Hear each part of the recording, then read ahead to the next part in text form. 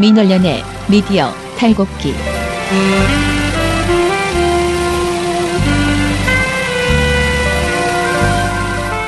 민원련의 미디어 탈곡기 129화 시작하겠습니다.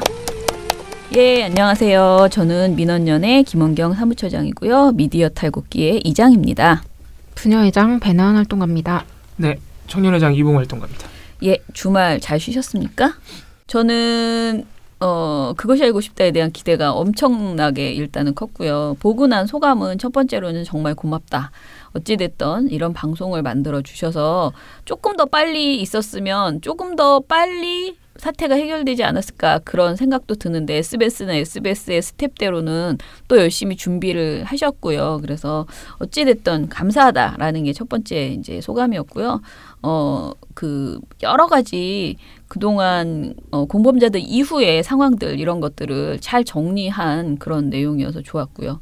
그리고 가장 중요한 거는 제가 말씀드린 그 박근혜 박근혜 당시 수석비서관 회의에서 나왔던 방송장악 문건 이거에 대해서 좀 더 많이 나왔으면 좋겠는데 저는 그 부분이 너무 이제 다룰 내용이 너무 많다 보니까 뒷부분에 담겼어요. 근데 사실 저는 그 문건만 하나 가지고도 그 알을 만들 수 있을 정도로 내용이 되게 충격적이었거든요. 그런데 그 내용이 다 안 나왔어요. 그래서 정말 아쉽더라고요. 그러니까 제가 봤을 때 그 분노감 이게 거기 안 나와요. 그래서 그러니까 너무 명확하게 그냥 좀 어떻게 보면 건조한 내용만 딱 담고 어떻게 이렇게까지 추접스러울 수 있을까라고 생각됐던 부분들이 있거든요. 그런 부분은 하나하나 설명을 하면 길어지니까 그 부분을 이제 놓고 좀 약간 축약해서 가셨더라고요. 그래서 그 관련된 내용은 우리가 좀 더 모니터를 해서 고발을 해야 되겠다라는 생각이 들었습니다. 예.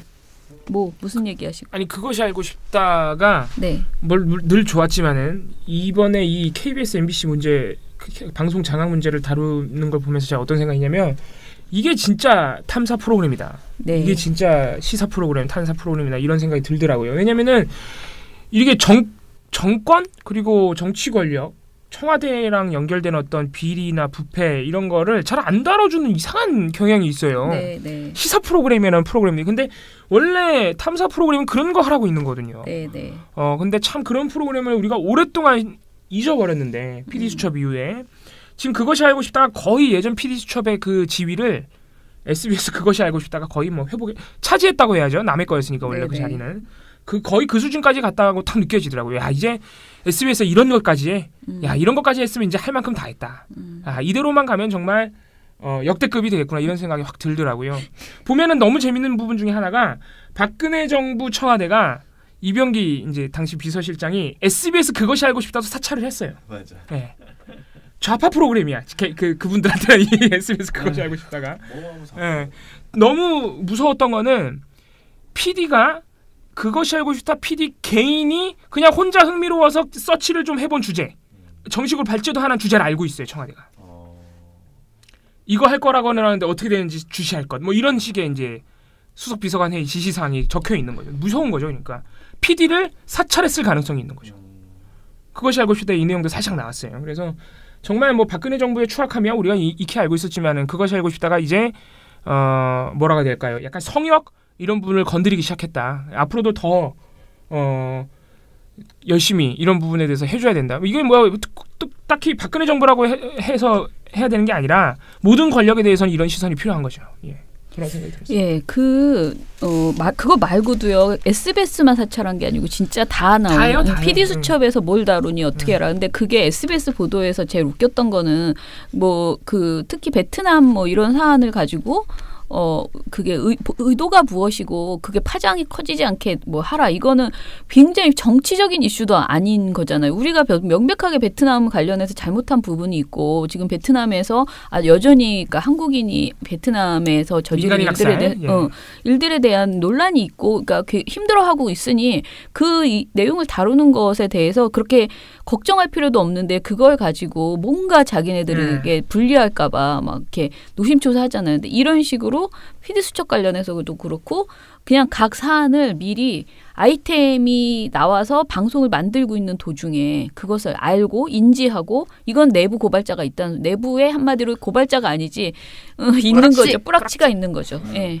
그걸 다 지금 어떤 방송이 어떻게 만들어지고 있는지 어떤 취재 중인지 다 알려주고 있었다는 것을 단적으로 보여주는 거라 진짜 황당한 내용이 정말 많습니다. 이게 정말 황당한 거는 수석 비서관 회의에서 계속 그런 내용 막 회의가 다 그런 내용이에요. 그 너무 웃긴 게 외교 수석이 자기 이슈와 관련해서 언론에서 이렇게 해야 된다라고 말하고 각 분야 수석이 홍보 수석이 하는 말이 아니에요. 각 분야에서 다 언론 장악에 대해서 부탁하고 지시하고 보도 이런 청탁 내용들이 이런 내용들이 있는 거라서 진짜 아무튼 그 관련 그 문건 이제 원문을 입수해서 다시 한번 꼼꼼하게 우리가 살펴보도록 하겠습니다. 예, 그러면은 저희 KBS MBC 정상화 소식 돌마고 파케부터 듣고 오겠습니다.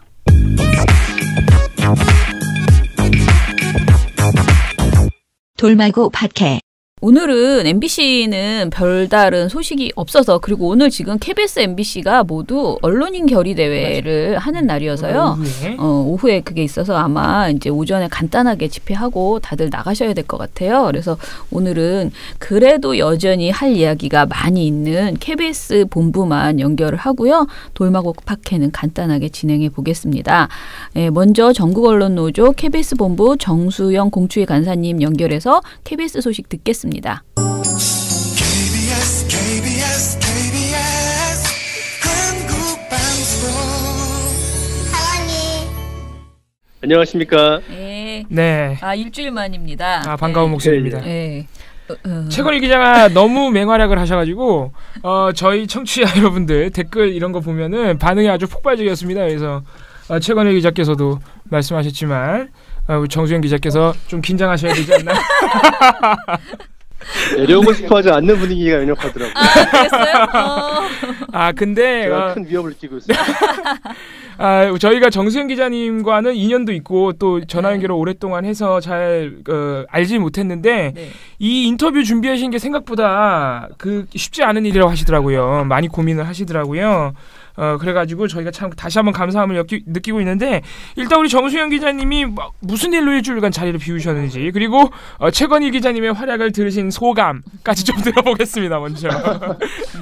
그 자리 비운 것은 뭐 덜 이유는 아니고요. 일신상의 사정인데 여러분들 말씀드리기 조금 난처해서. 개인적인 사유셨군요. 예, 괜히 가정사 때문이라는 말씀드리고요. 뭐 나쁜 일은 아니니까 걱정 안 하셔도 되고. 그래서 잘 무사히 마무리하고 돌아왔습니다. 최건희 씨가 이제 저희 조합의 3대 집행부이기도 하거든요. 그래서 3대 저희 편집국장, 저희 앞에 집행부에서 노보를 만드는 등의 편집국장 일을 해서 상당히 조합에 기여를 많이 했던 그런 집행부였는데 이번에 또 고생을 해줘가지고 미안하기도 하고 고맙기도 하고 굉장히 조합으로서는 보물 같은 그런 사람입니다. 네, 아주 말씀도 참 재밌게 하시고 근데 저희가 첫 연결 때 우리 정수영 기자께서 들으셨는지 모르겠는데 정수영 기자님과 친하냐 물어봤더니 선배긴 한데 나한테 일을 떠넘기고 갔을 뿐이다 이런 식으로 말씀하셨군요. 어떻게 생각하세요? 최건희 기자님과 관계가? 뭐 가만 안 두겠습니다.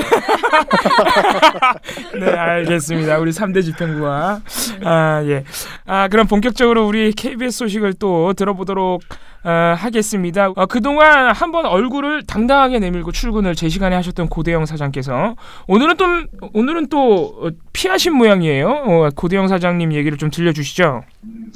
네, 그렇습니다. 오늘 저희 집행부가 또 고대영 사장의 출근길에 맞춰서 중앙위원들 집행부 또 이렇게 조합의 주된 활동을 하시는 임원 비슷한 그런 분들 위주로 해서 한 30여 명이 손피켓을 들고 고대영 사장 출근길에 이제 대기를 하고 있었습니다.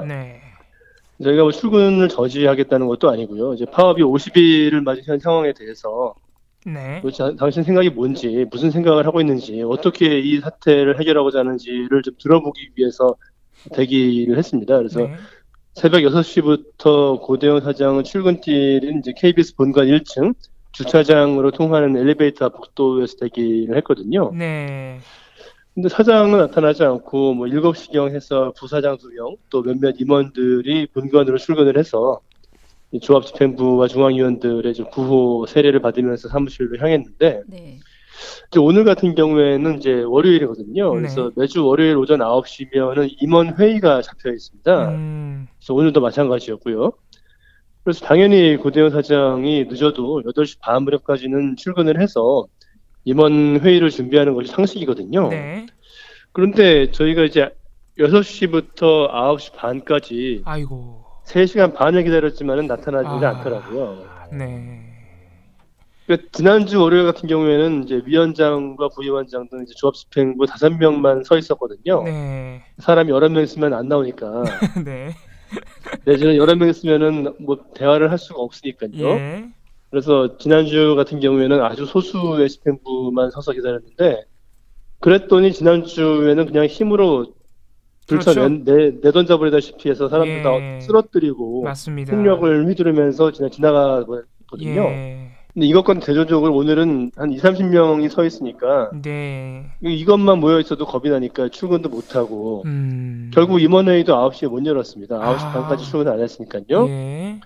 출근도 못 하고 임원회의도 못 하고 또 인사도 못 하고, 도대체 사장으로서의 직무를 아무것도 못 하는 상황이라는 것을 오늘 다시 한번 보여줬습니다. 아니 그럼 언제 출근하신 거예요?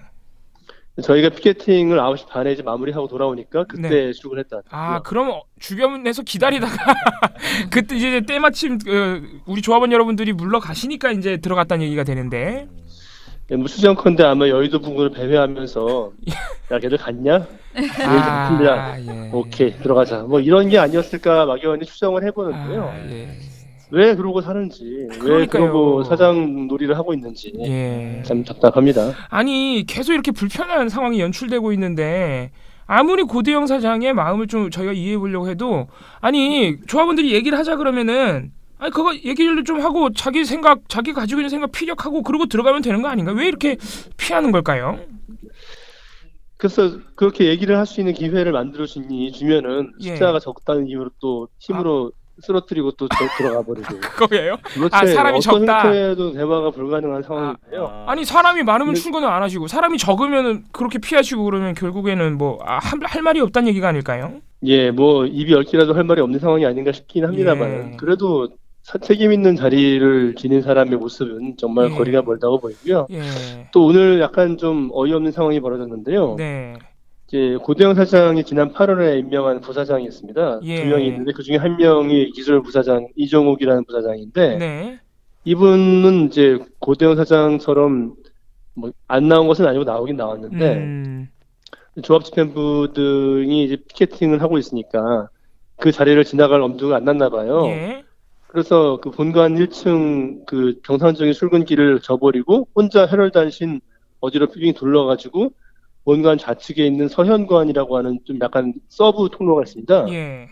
근데 거기로 들어오려고 혼자 이렇게 쫄래쫄래 오시더라고요. 근데 들켰어요 또 보는 건 그걸. 좋은데 신분증을 안 가지고 있었나 봐요. 예. 그래가지고 출입증을 못 대니까 안 열리지 않습니까? 예. 그래서 앞에서 한 2-30초간을 어쩔 줄 모르고 우왕좌왕 하고 있는 그런 모습을 예. 현장에 잠복 중이던 저희 집행부가 발견을 하고 예. 이제 큰 우렁찬 구호 소리로 이제 예. 영접을 했고요. 그래서 예. 경비 직원이 뒤늦게 그 모습을 발견을 하고 예. 황급히 달려와서 열어준 뒤에야 아. 출근을 할 수 있는 그런 형국도 빚어졌습니다. 아, 창피하네요. 아, 네, 참. 이정욱 부사장님은 또 저희가 잘 이름을 못 들어본 분인데. 네, 그러게 말입니다. 이 고대영 사장 얘기 나왔으니까 우리 지난주에 들었던 소식 연장해서 좀 여쭤볼게요. 일단 물론 많이 다친 건 아니지만 우리 성재호 본부장께서 좀 다치셨다고 들었는데 그 고소 고발 조치 그리고 몸은 좀 어떠신지 궁금한데요. 예, 당연히 후소고발 조치를 진행할 예정이고요. 예. 네, 아직 뭐 고발장, 고소장을 접수하지 않았습니다. 예. 성재 본부장이 발 쪽에 감각이 좀 없다고 해요. 그래서 저도 걱정을 좀 하고 있는데 예. 다행히 뭐 본인은 큰 불편은 없다고 합니다만은 예. 그래도 자칫 오래 가면 안 되니까 예. 뭐 큰 병원에 가서 진찰을 받아보라고 하고 있고요. 예. 근데 어쨌든 감각이 좀 없다고 해서 저희들이 약간 신경을 쓰고 있습니다. 예, 네. 예. 그리고 또 하나 우리 KBS 물론 고대영 사장 포함해서 경영진이 이번에는 6층을 아예 보안 구역으로 설정했다. 그래서 또 지금 이게 아주 논란이 큰데요. 요거는 아직도 보안 구역입니까 지금? 이제 보안 업무 규정이라고 해서 예. 사규를 고치면 되거든요. 네. 사규를 고치는 것도 아무나 멋대로 고치는 것이 아니고 그 사규를 고칠 경우에 이러이러한 사유가 있어야 한다라는 사규 관리 규정이 그렇죠. 예. 근데 임원실을 이제 제한 구역으로 지정을 했는데 네. 제한구역은 이제 비밀 또는 주요 시설 및 자재에 대한 비인가자의 접근을 방지하기 위하여 출입 안내가 요구되는 구역이다라고 하거든요. 예. 그런데 임원실을 이런 제한구역으로 설정하려면은 임원실이 제한구역이 돼야 합당한 사유가 있어야 하는데 그렇죠. 임원실에 무슨 국가 안보에 침해를 할 만한 비밀이 있지도 않고 네. 무슨 KBS 송출시설이 있는 것도 아니거든요. 네. 따라서 사규를 주관적으로 해석하거나 유추해서 해석하면 안 된다라고 되어 있는 사규 유권 해석 절차 규정을 어긴 거거든요. 예. 그러니까 이런 식의 자의적인 보안 업무 규정 개정 자체가 사규 위반으로서 처벌 대상이고 징계 대상이거든요. 그래서 이번 그 보안 업무 처리 규정 개정은 그 의도가 무엇이든 결과적으로 사규를 위반한 것으로 볼 수밖에 없고 여기에 가담한 관련자들도 다 추후에 문책을 받아야 할 것이 마땅하다고 봅니다. 일단 기본적으로 무효라고 봅니다. 일단 이제 그 철창을 일단 열었잖아요. 그러니까 저희가 지난주에 이 소식을 듣고 철창은 어떻게 됐냐 그랬더니 내비두고 문만 열었다 그러더라고요. 그래서 그게 문 연 건 의미가 없고 철창을 철거를 한 게 마땅합니다. 그러니까요. 그 아시다시피 영등포 소방서가 26일까지 완료하라고 지시를 했고 24일 날 현장을 한번 점검을 하러 올 예정이다라고 제가 전해드렸는데 그럼 내일이군요. 내일입니다. 근데 사측에서 원래 그거를 도저히 빠져나갈 방법이 없으니까 철거를 하려고 했다가 또 어떤 사정이 생긴 건지 그것도 못하겠다는 식으로 지금 또 입장을 바꿨다고 합니다. 그래서 그냥 벌금을 내고 그냥 안 철거하고 버티겠다 뭐 이런 입장이라고 제가 전해드렸거든요. 물론 확인 안 됐습니다만은. 근데 제가 확인한 바로는 이렇게 할 경우에 형사 처벌을 받게 됩니다. 그렇죠. 과태료와 시정명령에 불복할 경우에는 이건 무슨 법적으로 뭐 인정을 받을 수 있는지 여부를 다툴 수 있는 그런 게 아니라 그냥 바로 처벌 절차로 넘어갑니다.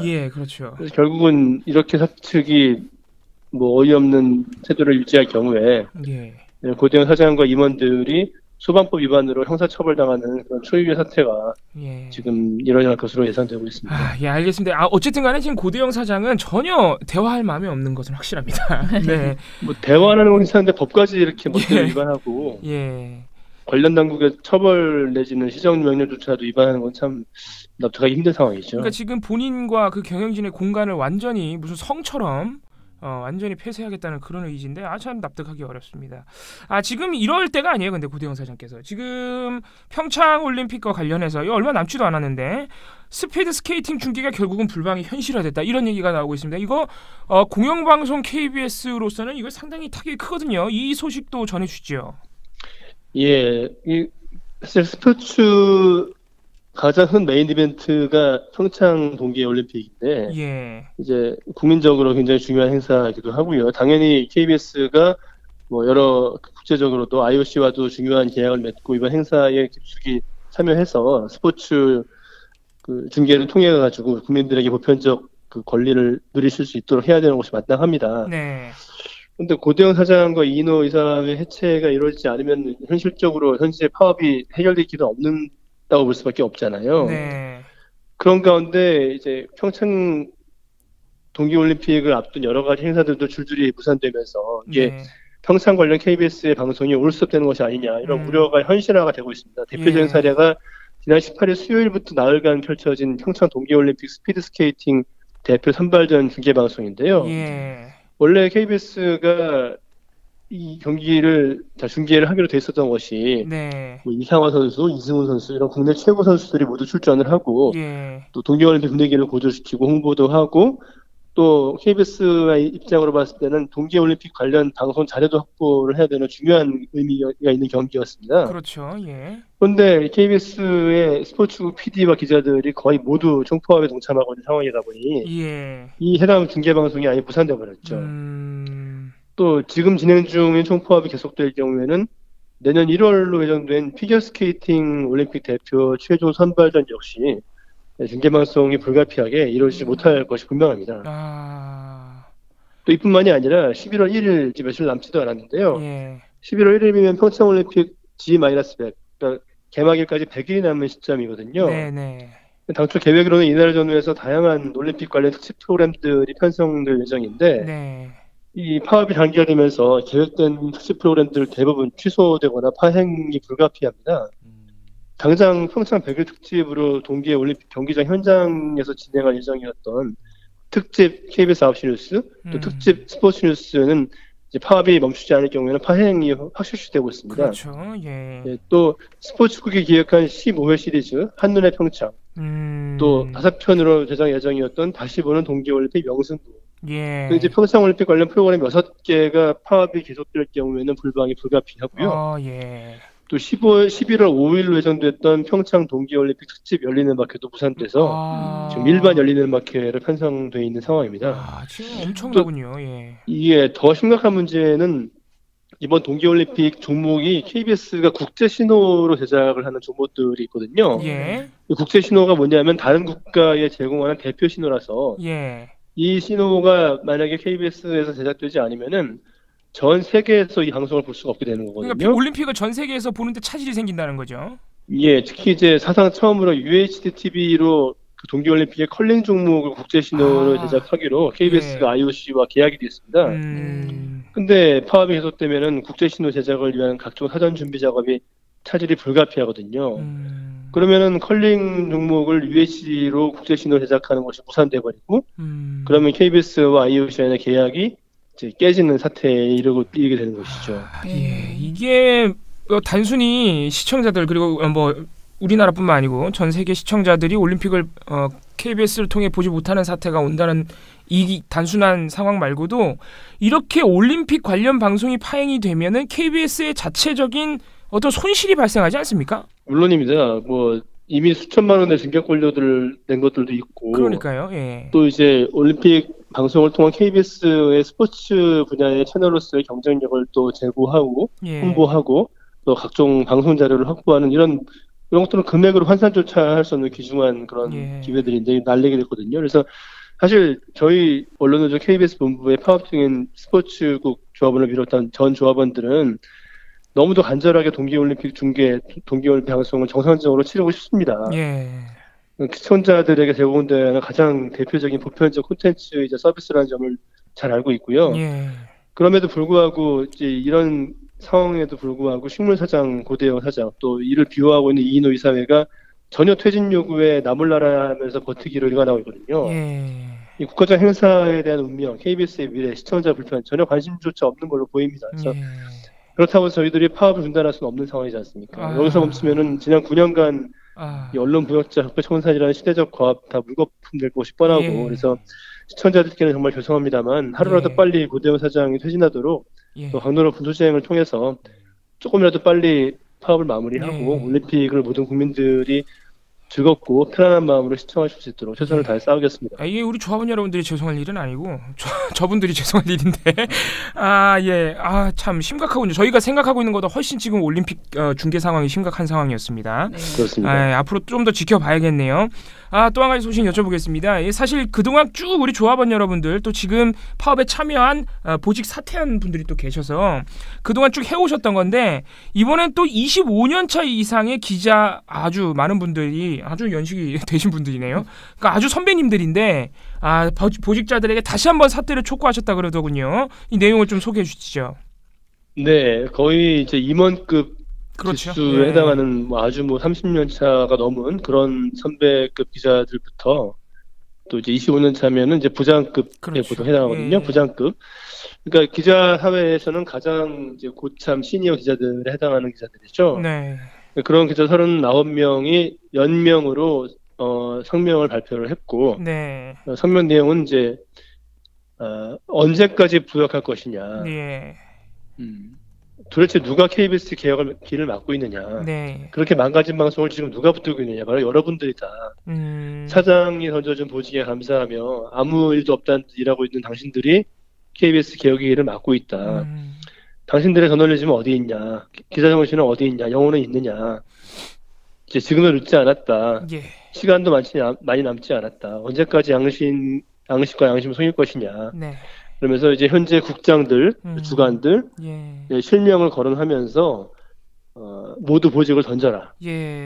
본부장을 포함한 본부장, 국장, 주관, 부장, 팀장 모두 보도본부의 부직자들은 다 보직을 던져라. 이렇게 한 번 더 강하게 촉구하는 성명을 오늘 오전에 이제 사내 게시판에 게시를 했고요. 그래서 이 상당히 기수가 높은 아마 지금 보직을 맡고 있는 기자들보다 훨씬 선배인 기자들이 많이 포함되어 있거든요. 그러니까요. 예. 이제 적지 않은 울림으로 힘을 발휘하기를 기대하고 있습니다. 예, 이게 사실 저희가 볼 때는 그냥 이렇게 성명서, 노조가 또 성명서 하나 냈구나. 시민들이 보기엔 그럴 수 있는데 이게 이렇게 참 높으신 선배님들이 하면은 아마 생각이 다르신 분들도 아마 심정적으로 흔들리긴 할 겁니다. 그래서 그렇습니다. 예, 영향이 있을 것이라 저희도 좀 기대를 해보겠습니다. 네, 마지막으로 어느덧 파업이 또 앞자리가 또 바뀌었습니다. 50일이 이제 넘어갑니다. 예, 우리 50일 이상을 맞이한 우리 KBS 본부에 이번 주 일정 특별한 게 있으면 전달해 주시고 마무리하겠습니다. 예, 뭐 매주 저희가 이제 그 주간별로 수행 기조를 발표를 해왔습니다. 네. 적폐이사 타격 주간, 뭐 이런 식으로 이제 뭐 맞습니다. 예. 총파업 재장전 주간. 예. 근데 이번 주는 언론 노조가 총력 투쟁 주간으로 이미 대내외 선포를 해서요. 저희도 그 예. 일정을 따라서 예. 총력 투쟁 주간으로 이제 정했고요. 예. 최근에 이제 MBC가 김원배 이사 사퇴를 했지 않습니까? 예. 그래서 이게 파업도 일종의 뭐 MBC와 선의의 경쟁이라는 경쟁인데요. 네. 저희 KBS가 이제 파업 레이스에서는 MBC 한 점 뒤진 상태거든요. 예. 그래서 이번 주에 꼭 좋은 소식을 들릴 수 있도록 다시 한번 파업대우 추스르고 강력한 예. 투쟁 전개할 예정입니다. 그래서 예. 오늘 아침에도 생방송 아침마당 중계 주조 앞에서 예. 교양기획 PD들 또 아나운서 조합원들이 침묵 피켓팅을 했고요. 또 이밖에 KBS 신관 본관 곳곳 사무실에서 파업에 동참하지 않는 구성원들을 향한 파업 동참 침묵 시위 피켓팅 이어갈 예정입니다. 예. 오늘 오후 2시 반에는 서울 광화문 해정문화관 앞 계단에서 KBS와 MBC 연합 집회가 열리는데요. 예. 이제 오늘은 저희 KBS 예능국 PD 조합원들이 제작한 드라마를 공개합니다. 예. 이제 파업 드라마인데요. 예. 파업과 사람들이라고 지난번에 1탄이 나왔었는데 오늘 2탄을 공개합니다. 오늘 2탄은 아직 저 대중에게 공개는 아직 안 하셨군요, 그럼. 예, 사내 집회에서는 일부 나왔었는데 예. 그 내용이 또 상당히 그 코믹 코드가 많이 들어있어서 너무 개그 코드가 많이 들어있어서 시청자분들 또 일반 시민들도 재밌게 보실 만한 내용이라고 보이고요. 예. 또 KBS 최고의 꿀성대로 불리는 이상엽 아나운서 또 배창모 아나운서가 오디오 진정제라는 인기 팟캐스트를 진행해왔거든요. 그렇군요. 예. 근데 이 두 분이 이제 한시를 패러디해서 너무 재밌어요. 예, 지난번 돌마고 집회 때도 선보였던 뭐 고대영 졸보야 뭐 이런 취지의 어떤 한시. 그러니까 우리말로 다 알아들을 수 있을 것 같은 그런 한시를 선보이는 코너를 하고 있는데요. 너무 재밌어요. 오늘 집회에서도 이제 우리말로 다 알아들을 수 있을 것 같은 그런 한시를 선보였어요. 또 하나 쓰셨군요, 한시를. 예, 또 새로운 작품을 공개한다고 하니 관심을 모으고 있습니다. 이번 주 돌마고 파티가 없는 게 너무 아쉽네요. 그 너무 재밌던데. 예. 얘기를 듣다 보니까 마지막으로 하나만 더 여쭤보겠습니다. 우리 구역헌 이사분들 중에 좀 물러난다는 소식 안 들려옵니까? 저희 많이 기대하고 있는데 어떻습니까? 사실 분위기가? 뭐 당연히 압박감을 느끼실 거라고 봅니다. 누가 봐도 명분으로 보나 또 상황으로 보나 물러난 것이 누가 봐도 마땅한데요. 다만 이제 그게 저희들이 뭐 어떻게 요구할 수 있는 그분들에게 직접적으로 요구할 길은 없지 않습니까? 그렇습니다.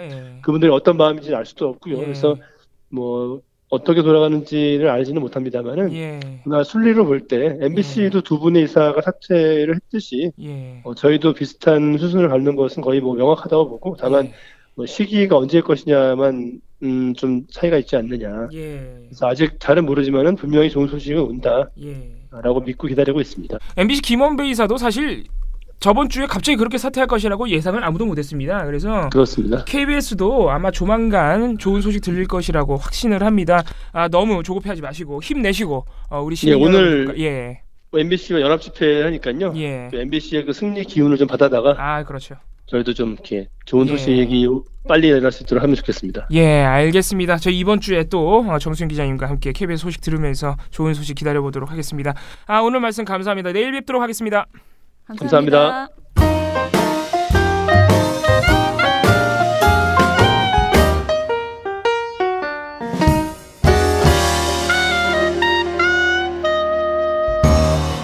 돌마고 팟캐. 오늘 이야기 들어보면 제가 이제 어제 남편이랑 또 이제 요즘 이런 이야기들을 가끔가다 하는데 이 KM 소식 이야기들을 우리 남편 참 순진하다는 생각이 드는 게 고대영 사장은 어찌됐든 KBS 출신 아니냐. 그러니 KBS를 위해서 물러나 달라 이렇게 다시 한번 다 같이 그 선배들이 그렇게 하면 되지 않나 이렇게 얘기를 하는 거예요. 근데 오늘도 이제 어제 그 스케이트 불방 이 얘기를 했거든요. 지금 벌써부터 저는 사실 평창 올림픽이 내년 2월인지도 몰랐어요. 그런데 이거 뭐야? 평창 올림픽을 벌써 하는 거야? 막 이러고 어제 이제 보도 자료가 나온 걸 보고 KBS 이제 그 중계 못 하게 됐다 이런 걸 보면서 그래서 이렇게까지 회사에 회사 행위를 끼치면서 버티고 있는 것에 대해서 굉장히 부담이 클 텐데, 그죠? 지금 현 경영진이. 근데 참 질기다. 이런 이야기들을 했어요. 근데 그쪽에서는 오히려 노조가 참 질기다라고 주장하겠죠. 그죠? 이 회사에 이렇게 큰 해를 끼치면서 버티고 있네라고 주장할 텐데, 냉정하게 봐서 진짜 KBS라는 조직을 위해서 최소한 다 KBS 출신들이잖아요. 어디서 낙하산으로 떨어졌다기보다는 KBS에서 정말 잔뼈가 굵은 그런 그 사람들이잖아요. 고대영이나 이런 사람들. 그러니 진짜 회사를 위해서 자신의 정치적 입지고 뭐고 이런 거 다 떠나서 올림픽을 망칠 수 있다는, 그리고 그게 정말 엄청나게 큰 어떤 국가적 망신이고, 그리고 KBS 조직에서는 있을 수 없는 정말 역사에 남을 그런 해악이라는 점을 생각해서 빨리 결단을 내려야 되지 않을까라는 생각을, 이게 진짜 국민의 상식이구나. 저는 우리 남편이 그 얘기를 하는데 순진한 소리 하고 있네 이렇게 픽 웃었거든요. 근데 생각해보면 그 말이 사실은 진실인 거예요. 예, 그래서 국민적 상식에 부합하는 그런 결단을 좀 내렸으면 좋겠다. 물론 결단을 내리시더라도 법적으로 책임져야 될 것은 책임져야 되지만 지금 당장 망하게 이렇게, 생겼어요. 예, 회사를 진짜 이렇게 예. 해를 끼쳐가면서 이렇게 도망다니고 있을 때가 아니다. 그런 얘기를 다시 한번 드립니다. 이게 사실 지금 KBS 같은 경우에, 그러니까 MBC보다 KBS, MBC 파업이 양상이 조금씩 달라요. 그 뭐 어떤 부분에서는 MBC가 좀 앞서 나가는 부분도 있고 현재 파업의 결과로만 볼 때, 근데 파업의 여파로 인한 어떤 방송 그 질적 양적 수준의 피해는 KBS가 훨씬 커요. 지금 그렇죠. 진행되는 거 보면은. 네네. 그러니까 KBS 본부 노조에서 여러 차례 파악을 해본 적도 있는데 이게 어느 순간부터는 파악도 잘 안 된대요. 여기저기 빵꾸가 나니까. 지난번에 우리 지난주에 최근일 기자한테 얘기 들었지만 야구 중계가 불방될 뻔했어요. 네. 근데 마침 비가 와서, 그죠? 방송을 못했던 바가 있는데 그런 사례도 있고, 지금 평창 올림픽 같은 경우에는 이게 심각한 게 아까도 잠깐 말씀드렸지만 이게 KBS가 잘못하면 위약금을 엄청나게 물어야 돼요. 방송을 못하면.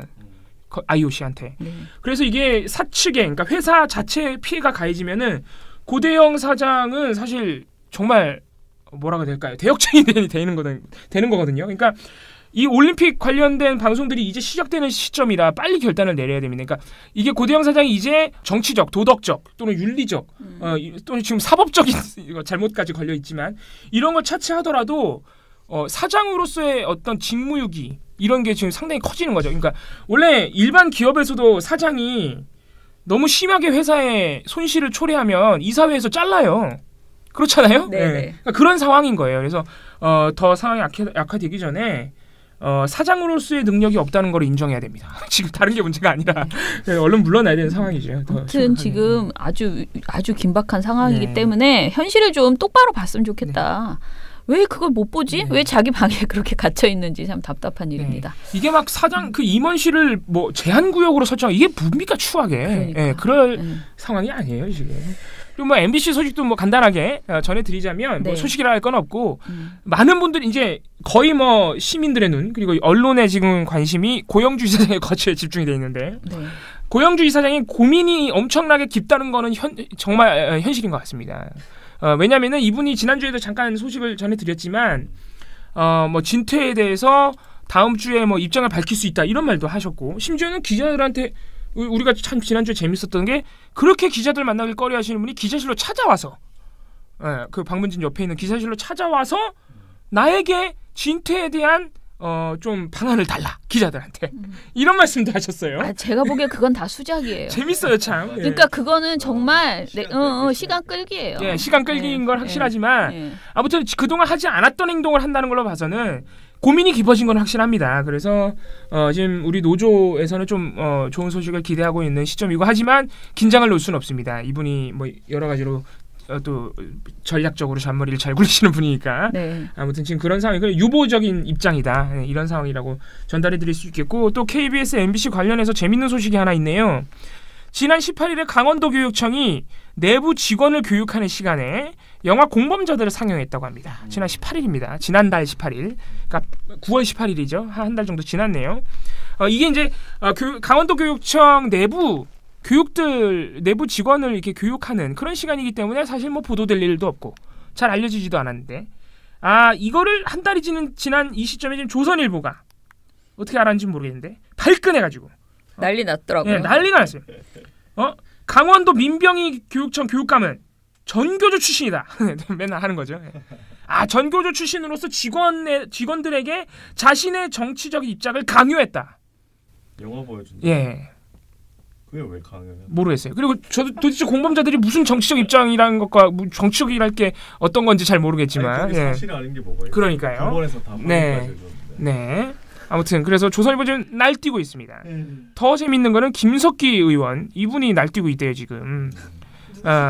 이분이 누군지가 정말 재밌는데. 누구야? 2009년 용산 참사 당시에 서울 경찰청장으로서 어쩐지 그 사람이 의원이 살인 진압의 책임자입니다. 이분 그 어떤 책임도 받지 않고 승승장구하더니 자유한국당 의원으로 당선이 됐어요. 이분. 갈 곳에 갔네요. 진짜 대박이다.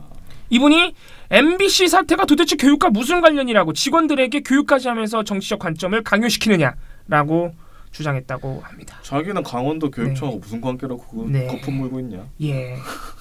그래서 더 재밌는 것은 이에 대해서 이제 어떤 비판이 나오느냐?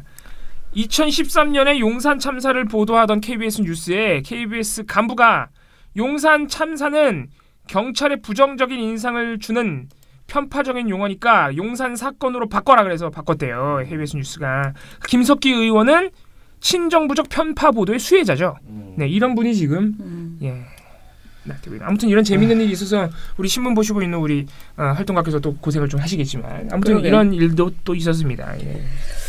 뭐 MBC 그렇게 난리를 쳐도 그러니까 이미 흐르는 그 대세는 어쩔 수 없어요. 우리 지금 주말에 그것이 알고 싶다 보시면. 제가 그랬잖아요. 미리 그때 문화제 때 말씀드렸잖아요. 그러니까 공범자들이 이 이슈를 띄워줬다면 그 알이 거의 이렇게 딱 끝내주는 그런 내용이 강펀치를 날렸죠. 네네네. 많이들 확인해 보시면 정말 대단한 내용이. 네, 재밌습니다. 그리고 재밌다고 하면 좀 그렇고 내용은 흥미롭죠. 왜냐면은 박근혜 정부 청와대가 진짜 정말 상식 이하의 행태를 보였다는 점 그런 게 너무 웃겨요. 보면은 화가 나기도 하지만 그런 부분에서 웃기고 근데 방송 자체는 굉장히 뭐랄까 감동적이에요. 되게 눈물 나는. 그쵸.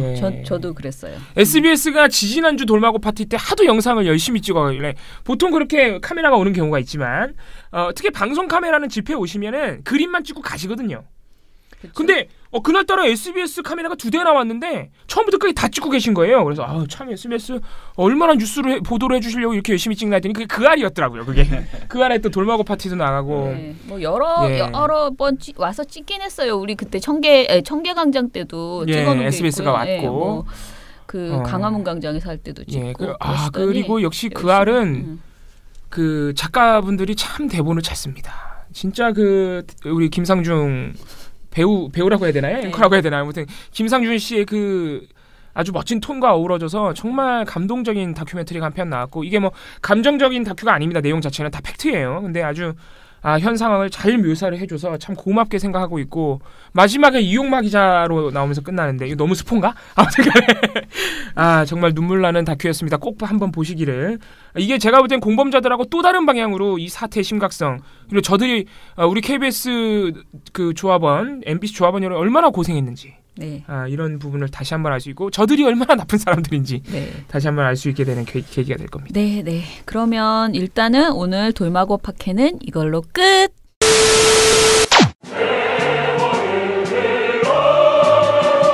적폐 청산 가운데 가장 중요한 분야 중에 하나가 저는 언론 적폐라고 생각합니다.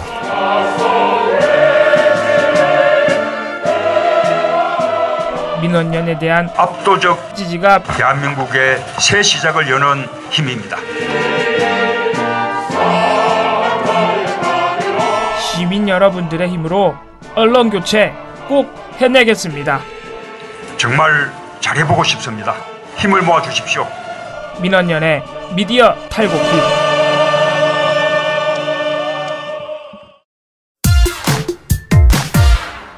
재밌게 놀랍게 다르게 다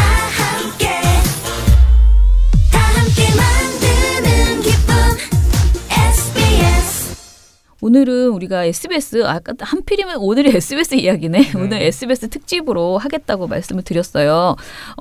그동안 이제 SBS 우리가 얘기 안 한 건 아니에요. 특히 지난번 그 선거 국면에서 우리가 SBS가 좀 이상한 보도를 내놓는 바람에 SBS가 굉장히 화제가 된 적이 있었잖아요. 그러니까 그 보도가 무엇이었죠? 이제 와서 또 생각도 잘 나지 않는데 2017년 5월 2일 SBS 뉴스. 이런 가운데 해수부가 뒤늦게 세월호를 인양한 게 차기 권력의 눈치를 본 거란 취지의 해수부 공무원 발언이 나와 관련 의혹이 증폭되고 있습니다. 조을선 기자의 단독 보도입니다. 이런 의혹을 증폭시킬 만한 발언을 해수부 공무원이 SBS 취재진에게 했습니다. 문제가 갖다 바친 거거든요. 부처의 자리와 기구를 늘리는 거래를 후보 측에 시도했음을 암시하는 발언도 합니다. 선체조사위는 그러나 문제의 발언은 인양이 정치적으로 결정됐다는 가능성을 시사한다며 조사 과정에서 들여다볼 것이라고 밝혔습니다. SBS 조울선입니다. 문재인 당시 후보에 대해서 굉장히 어처구니 없는 이런 보도였죠. 예, 그래서 이제 그것에 대해서 보도하면서 우리가 SBS가 도대체 왜 이러지? SBS가 보도국에 문제가 있나? 또는 뭔가 어떤 정치권들하고 계속 연결이 되나? 뭐 이런 이야기들을 막 했었는데 사실 이제 그때 당시의 조사 결과는 뭐 그냥 그 어떤 데스킹 과정의 문제라고 조사 결과 보고서에서 나왔어요. 그러니까 전체적으로 보면 실수였다, 의도는 없었다, 이런 식의 조사 결과 보고서가 나왔는데 이거에 대해서 사실 민원연에서는 좀 믿기 어려워요. 이런 실수라고 보기 어렵다. 공식적으로 말씀드리진 않았지만 저희끼리 이제 그런 약간 정말 공식적으로 그랬을까요? 저희 그런 논평이 나갔을 걸요 아마. 실수로 보기 어렵다. 뭐 아무튼 그런 이야기들이 있었고요. 그 이후에도 사실 그 이전에도 그렇고 SBS 보도가 늘 우리가 공식적으로 하는 말들이 있죠. SBS에 대해서 그나마 SBS 항상 KBS, MBC보다는 나은 그나마 SBS. 그렇지만 SBS 보도가 늘 그렇게 괜찮은 보도는 아니었다는 것이고 어쩌다가 이제 좋은 보도가 나온 거는 사실이지만 저희 그동안 생각해 보세요. SBS 보도가 상을 받은 적이 있긴 있죠. 몇 번. 몇 차례 있습니다. 네. 그런데 그렇지 않고 아쉬움을 주는 경우들이 굉장히 많이 있었어요. 그래서 오늘은 전반적으로 그동안의 SBS 보도에 대한 이야기는 이따가 전화 인터뷰 해서요. 그쪽에서 이제 공방위원장을 연결할 거거든요. SBS. 그래서 좀 더 들어보고요. 네. 민원연에서는 사실 SBS 보도에 대해서 아무래도 타사에 비해서는 특히 TV조선과 MBC 이런 데에 비해서는 모니터링이 비판적 관점의 모니터링이 덜 된 건 사실이에요. 왜냐하면 자꾸 너무 심각한 애들이 저기 딱 있으니까. 비교하다 보면 그렇게 돼요. 근데 SBS 공방위에서 나오는 보고서는 아무래도 지상파 3사만 비교를 하고요. 그리고 이제 자살에 대해서 좀 더 엄격한 잣대를 가지고 모니터를 하다 보니까 저희가 오히려 지적하지 않았던 문제를 사내에서 이거 문제다라고 얘기한 것들이 있어요. 저는 이런 내용도 보면 그 공방위 리포트 중에서요. 숭이초등학교 폭력 사태 있었잖아요. 이게 SBS에서 처음 보도를 했던 거였거든요. 2017년 6월 16일 SBS 뉴스. 서울의 한 사립초등학교에서 수련회를 갔던 초등학생이 같은 반 학생 4명에게 발로 밟히고 야구 방망이로 맞았습니다. 그런데 학교의 조사 결과는 이렇습니다. 피해자는 있지만 의도적으로 폭행한 가해자들은 없다. 가해자로 지목된 어린이 가운데는 재벌 회장 손자와 연예인 아들이 포함되어 있었습니다. 피해 어린이 부모는 이런 배경이 조사 결과에 영향을 미쳤다고 의심하고 있습니다.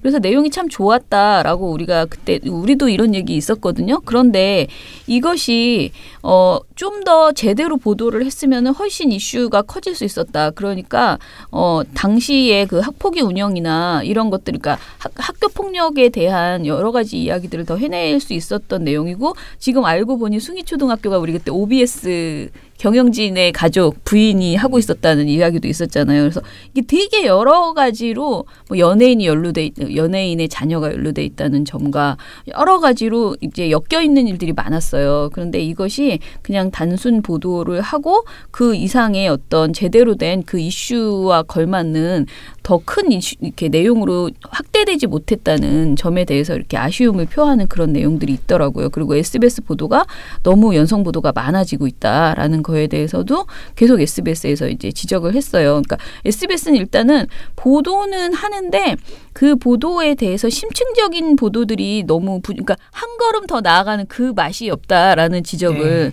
계속 어떤 SBS 느낌인지 아마 시청하시는 분들은 알 거예요. 특히 JTBC랑 비교가 되는 경우가 많이 있죠. 네, SBS 보도국에서는 그런 이야기를 많이 하더라고요. 그러니까 보도국이 아니고 공방위에서는 그 리포트가 나올 때마다 그런 이야기가 나와요. 보도한 것은 다행이나 뭐 여기서 뭐 좀 더 나아갔어야 되는데 왜 거기까지만 했는가에 대한 아쉬움들이 굉장히 많았습니다. 이 공방위가 뭐냐면은 공정방송위원회라는 건데 이게 노조만 하는 게 아니에요. 사측하고 같이, 노조랑 사측이 같이 공정방송, 공정보도 이런 것들을 위해서 논의를 하고 시정 사안이 있으면은 노조의 의견을 받아주고 이런 자리라서 이 공방위 리포트가 사측하고 같이 논의하는데 상당히 그 큰 자료가 되는 거죠. 이게 노조들끼리 보는 게 아니라. 이게 공방위가 왜 중요하냐면은 뭐 이런 식으로 해서 이제 뉴스에서 어떤 공정성 그리고 객관성을 취하는 것도 있지만은 이 MBC 사태를 보면 이게 얼마나 중요한지 알 수 있습니다. MBC에도 똑같은 게 있어요. 비슷한 게. 네, 똑같은 게 있는데 이제 MBC 경영진은 그동안 그 리포트를 찢었죠. MBC는 이제 이름이 다 조금씩 다른데 이름은 조금씩 다른데 똑같은 조직이 있어요. 민주언론실천위원회라고. 다 똑같은 게 있는데 그동안 MBC 최기화 본부장 이런 분들이 그 리포트가 이렇게 그냥 자기가 그냥 지나가는 길에 이렇게 그 벼룩시장처럼 꽂혀 있는 거예요, 회사 내에. 그걸 보더니 마음에 안 든다고 막 찢어 던져버리고 막 요랬던 겁니다. 그러니까 MBC가 그렇게 된 거예요 지금. 기쁨 주고 사랑받는 우리의 SBS. 그동안 저희가 KBS, MBC 그 돌마고 소식 때문에 거의 SBS 이야기들을 제대로 하지 못하는 경우가 많았어요. 그래서 SBS의 심영구 공방위원장 연결해서요. SBS 이야기를 좀 자세히 들어보도록 하겠습니다. 안녕하세요. 네, 안녕하세요. 심영구입니다. 예, 우리 배나은 활동가가 지금 목소리가 너무 좋다고 지금 그러시는데 나는 목소리가 좋은지 몰랐네. 아, 다행입니다. 전화 연결로 그쳐서. 아니 무슨 소리야. 참고로 저희 심영구 위원장께서는 저희 민원연 방송분과 출신이십니다. 맞죠? 네, 제가 한 10몇 년 전에 활동했던 기억이 나네요. 예, 그래서 굉장히 반갑고 게다가 우리 방송분과 출신이 또 SBS에 들어가서 아주 굉장히 좋은 기자로서 활동을 하고 계신 데다가 이렇게 노조의 핵심 그 일꾼으로 일하고 계셔서 굉장히 뿌듯합니다. 저는. 예, 오늘 SBS 이야기 먼저 들어보려고 하는데 일단은 저희끼리 간단하게 말은 했는데요. 공방위에 대해서 좀 소개를 좀 해주세요. 네. 방송사 노동조합에서는 기자들이 주로 이제 민주 언론 또는 뭐 공정 방송 실천을 위한 조직을 그 산하에 만들어서 활동을 하고 있는데 이 언론 노조나 뭐 MBC 이런 쪽은 민주언론 실천위원회라는 이름으로 비슷한 활동을 하고요. 저희랑 KBS 같은 데는 공정방송 실천위원회 뭐 이런 식으로 이름 붙여서 하고 있고요. 그래서 공정방송 실천위원회를 노동조합 산하의 위원회를 둬가지고 활동을 하고 있고 하는 일들이 이제 공정방송 실천을 위한 상시적인 감시 활동, 그 자사의 뉴스와 다른 프로그램들, 방송의 사전 사후 모니터를 하고요. 또 문제가 되는 사항들을 지적을 하고 시정하도록 권고하고 또 뭐 그런 공식적으로 하는 것 말고도 이제 물밑으로도 여러 작업들을 하고 뭐 그런 식으로 하고 저 혼자 하는 건 아니고요. 현장의 기자와 PD들이 이 공정방송 실천 위원들을 맡아서 같이 정기적으로 모이거나 의견을 주고받으면서 얘기를 하고 있고요. 그러니까 쉽게 보시면 한국 사회에서 이제 민원련이 하고 있는 네. 활동을 네. SBS 내에서는 이 노조의 공정방송실천위원회가 하고 있다. 뭐 그렇게 보시면 얼추 비슷할 것 같습니다. 예, 네. 그 우리가 아까 잠깐 이야기할 때 이제 이게 사측과의 어떤 협상, 그러니까 협상이라기보다는 사측과도 이야기를 계속 하잖아요, 공방위가. 네. 이 네. 부분은 SBS는 활발하게 되고 있나요? 저희가 이제 제도적으로는 굉장히 앞서 있다고 할까요? 예, 그런 부분들을 저희가 2004년에 사실은 그 제어가 파동이 SBS가 이미 있었잖아요. 네. 그때 당시에 이 관련된 규정 같은 게 굉장히 많이 만들어졌어요. 예. 그때 SBS가 제어가를 못 받을 수도 있는 상황에서 네. 앞으로 잘하겠다는 사회적인 약속이나 예. 어떤 그 SBS 개혁 과제, 뭐 네. 몇 대 과제 그런 걸 실천해서 하면서 저희 내부의 그런 조직들을 네. 이제 보도 말고도 전체 편성위원회라는 거를 개최를 해서 예. 정기적으로 논의를 하도록 돼 있고 네. 그다음에 각 보도, 뭐 교양, 라디오 이런 쪽에 각 부문별로 또 편성위원회가 따로 있어서 네. 이런 부분들은 월마다 원래 회의를 하게 돼 있고 또 필요하면은 긴급 어떤 대응에 대한 사안이 터지면은 사측에 요구하면은 사측은 반드시 응해야 되거든요. 예. 그래서 그런 부분들은 저희가 요구를 해서 그러면 사측이 거기 뭐 해당 보도국장이나 본부장 네. 아니면은 전체 편성위 같은 경우는 사장 이하 네. 본부장들 이렇게 만나서 저희가 문제 제기를 하고 거기서 사측이 대응을 하고 뭐 반응을 하고 그러면 거기서 이런 부분들을 수정해라 요구를 하고 또 사측은 뭐 받아들일 건 받아들이고 네. 그런 자리들은 상시적으로 운영할 수 있도록 돼 있는데 네. 이제 다른 회사들 상황들을 물어보니까 이런 제도적인 틀이 저희처럼 갖춰지지 않은 데들이 굉장히 많고요. 그쵸, 또 예. 제도는 있다고 하더라도 소집을 하면은 응하지 않는 경우들이 굉장히 많다고 하거든요. 예, 그런 거에 비하면 저희가 적어도 그 형식적으로는 예. 그런 부분들이 좀 갖춰져 있는 편이다. 네. 예, 그렇게 얘기할 수 있습니다. 근데 이제 형식적으로는 갖춰져 있는데 그런 만남의 네.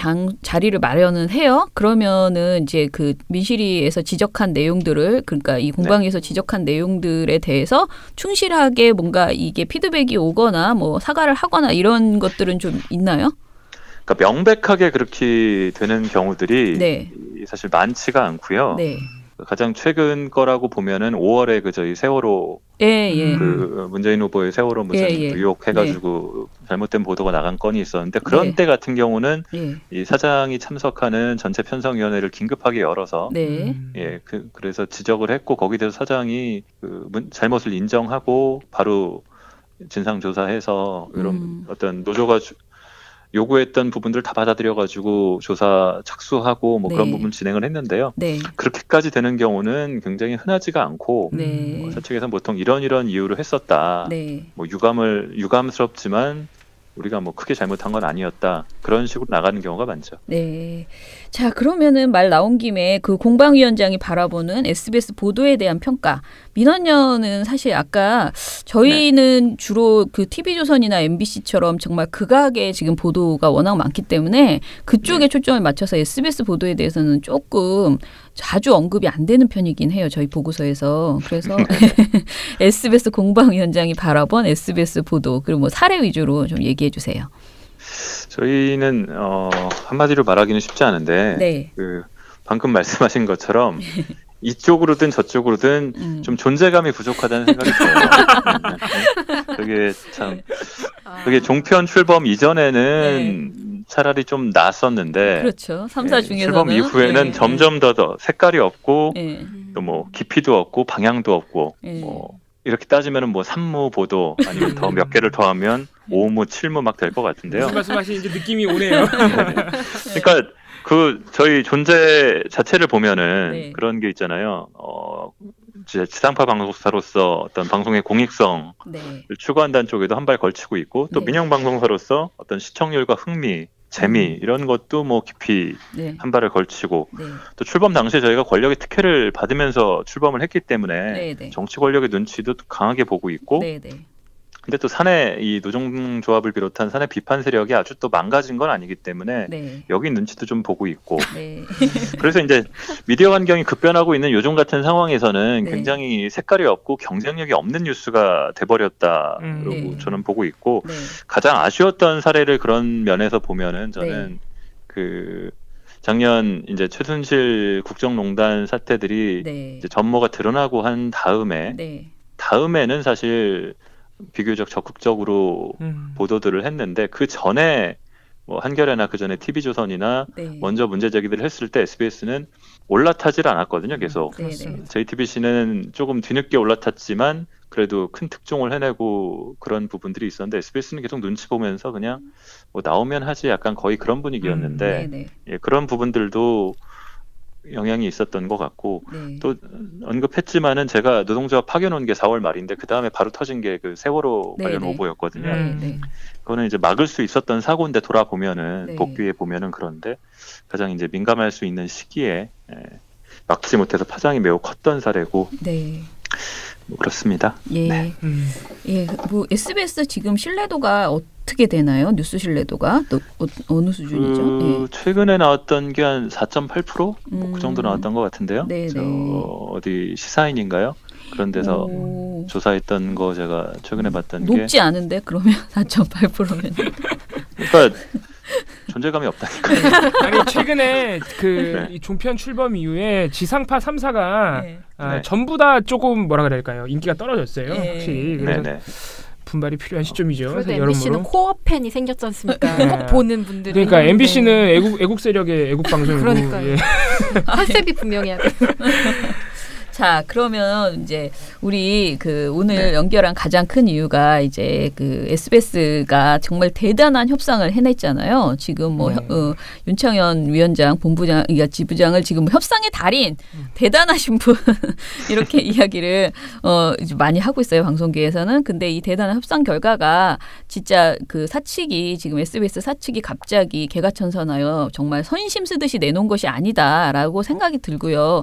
이 배경이 그동안 쭉 SBS에서 SBS 노동조합에서 꾸준하게 어찌됐던 간에 문제 제기를 하고 요구해왔던 것들이 있는 것 같고요. 이런 부분에 대해서 그간의 그 이 협상을 끌어온 배경을 이야기를 해주시고요. 제가 보기에는 이렇게 노보를 쭉 읽어보면 뭐 올해 거를 한번 이렇게 쭉 봤거든요. 그동안 나왔던 걸. 근데 이제 긴급하게 보이는 게 이제 지난 그 8월 29일에 방송사유와 진상조사 특별위원회를 출범한 내용이 나와요. 근데 그 이전에도 계속 여러 가지 협상들을 진행하고 있었지만 이때부터 SBS 노조가 진짜 한 방을 날리는구나 이런 생각이 들었거든요. 그래서 이때부터의 이야기들을 좀 해주시면 좋을 것 같습니다. 그리고 방송 사유와 사례들도 좀 얘기해 주시고요. 예.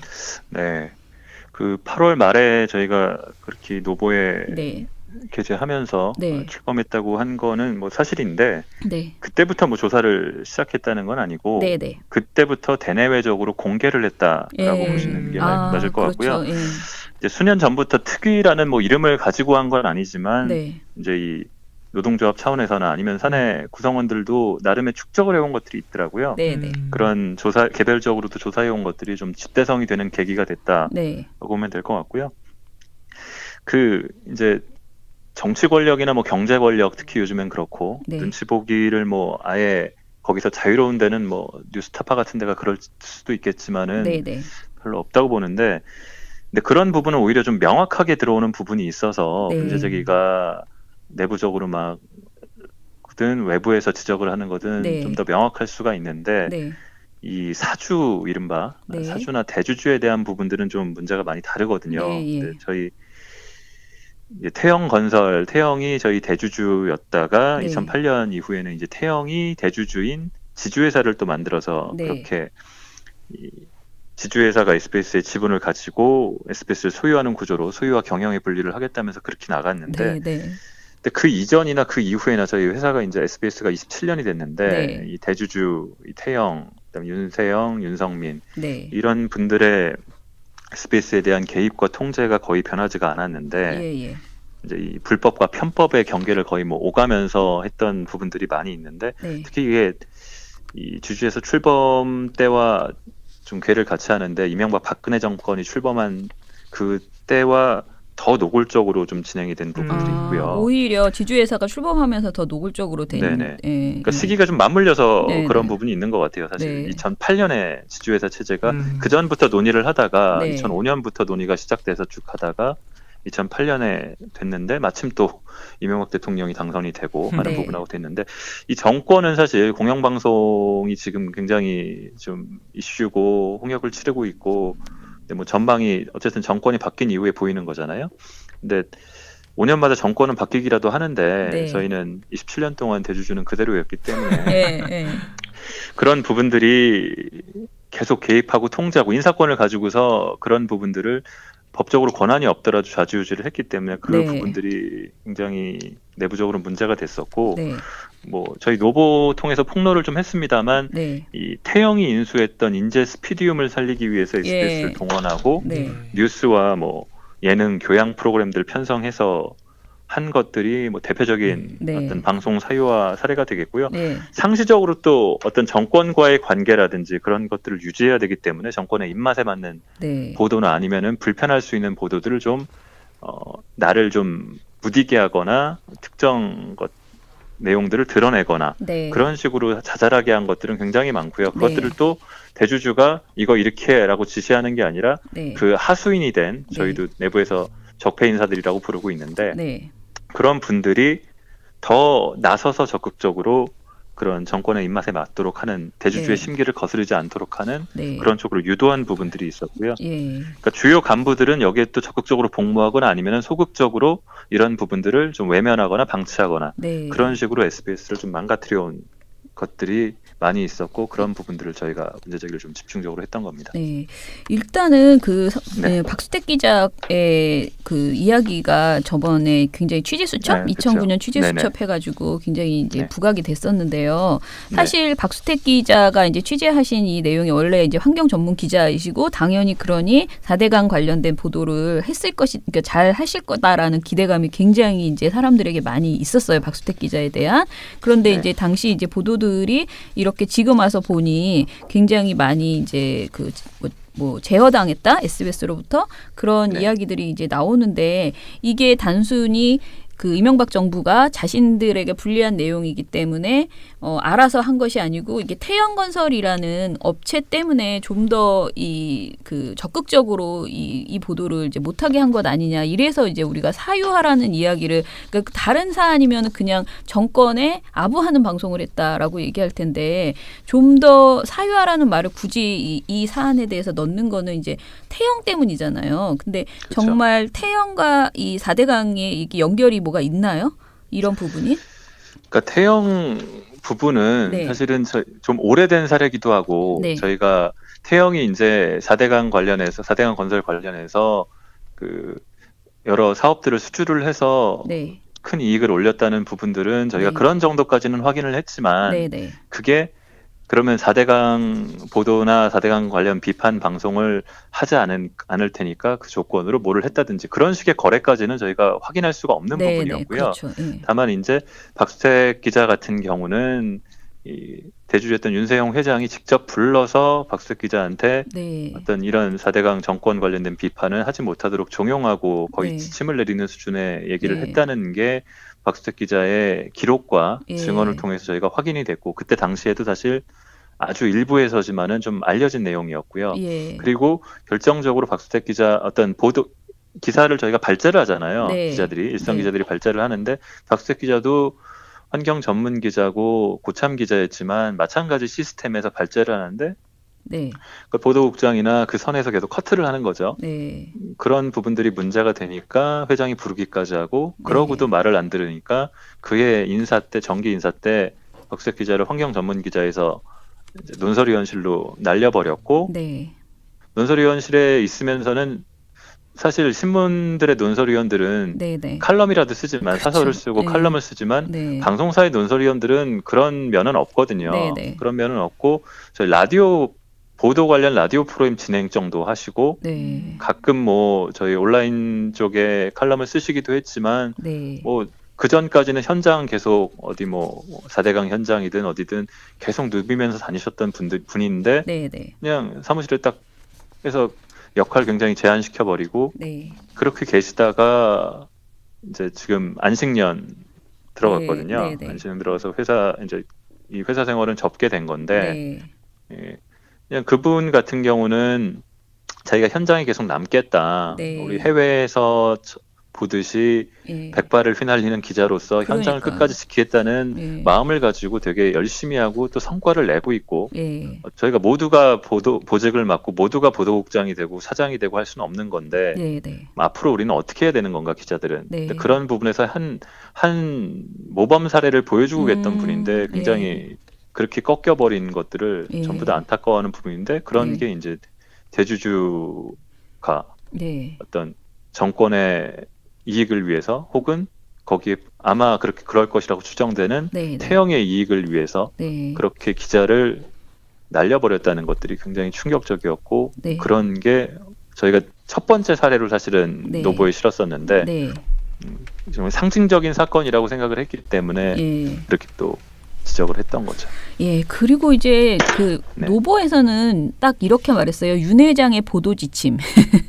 제목이 이렇게 나왔는데 그 윤 회장의 보도 지침에 대해서 핵심적으로 이제 몇 가지만 이야기를 해주세요. 예.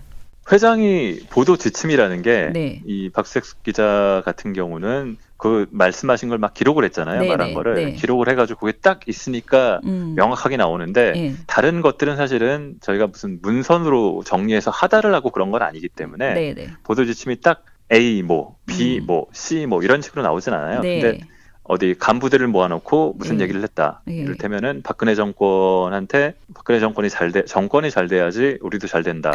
정권에 불리한 보도는 하지 마라. 라는 식의 얘기를 간부들을 모아놓고 했다. 그거를 참석했던 간부 중에 저희한테 전해주는 거죠. 야, 회장이 이런 얘기도 했더라.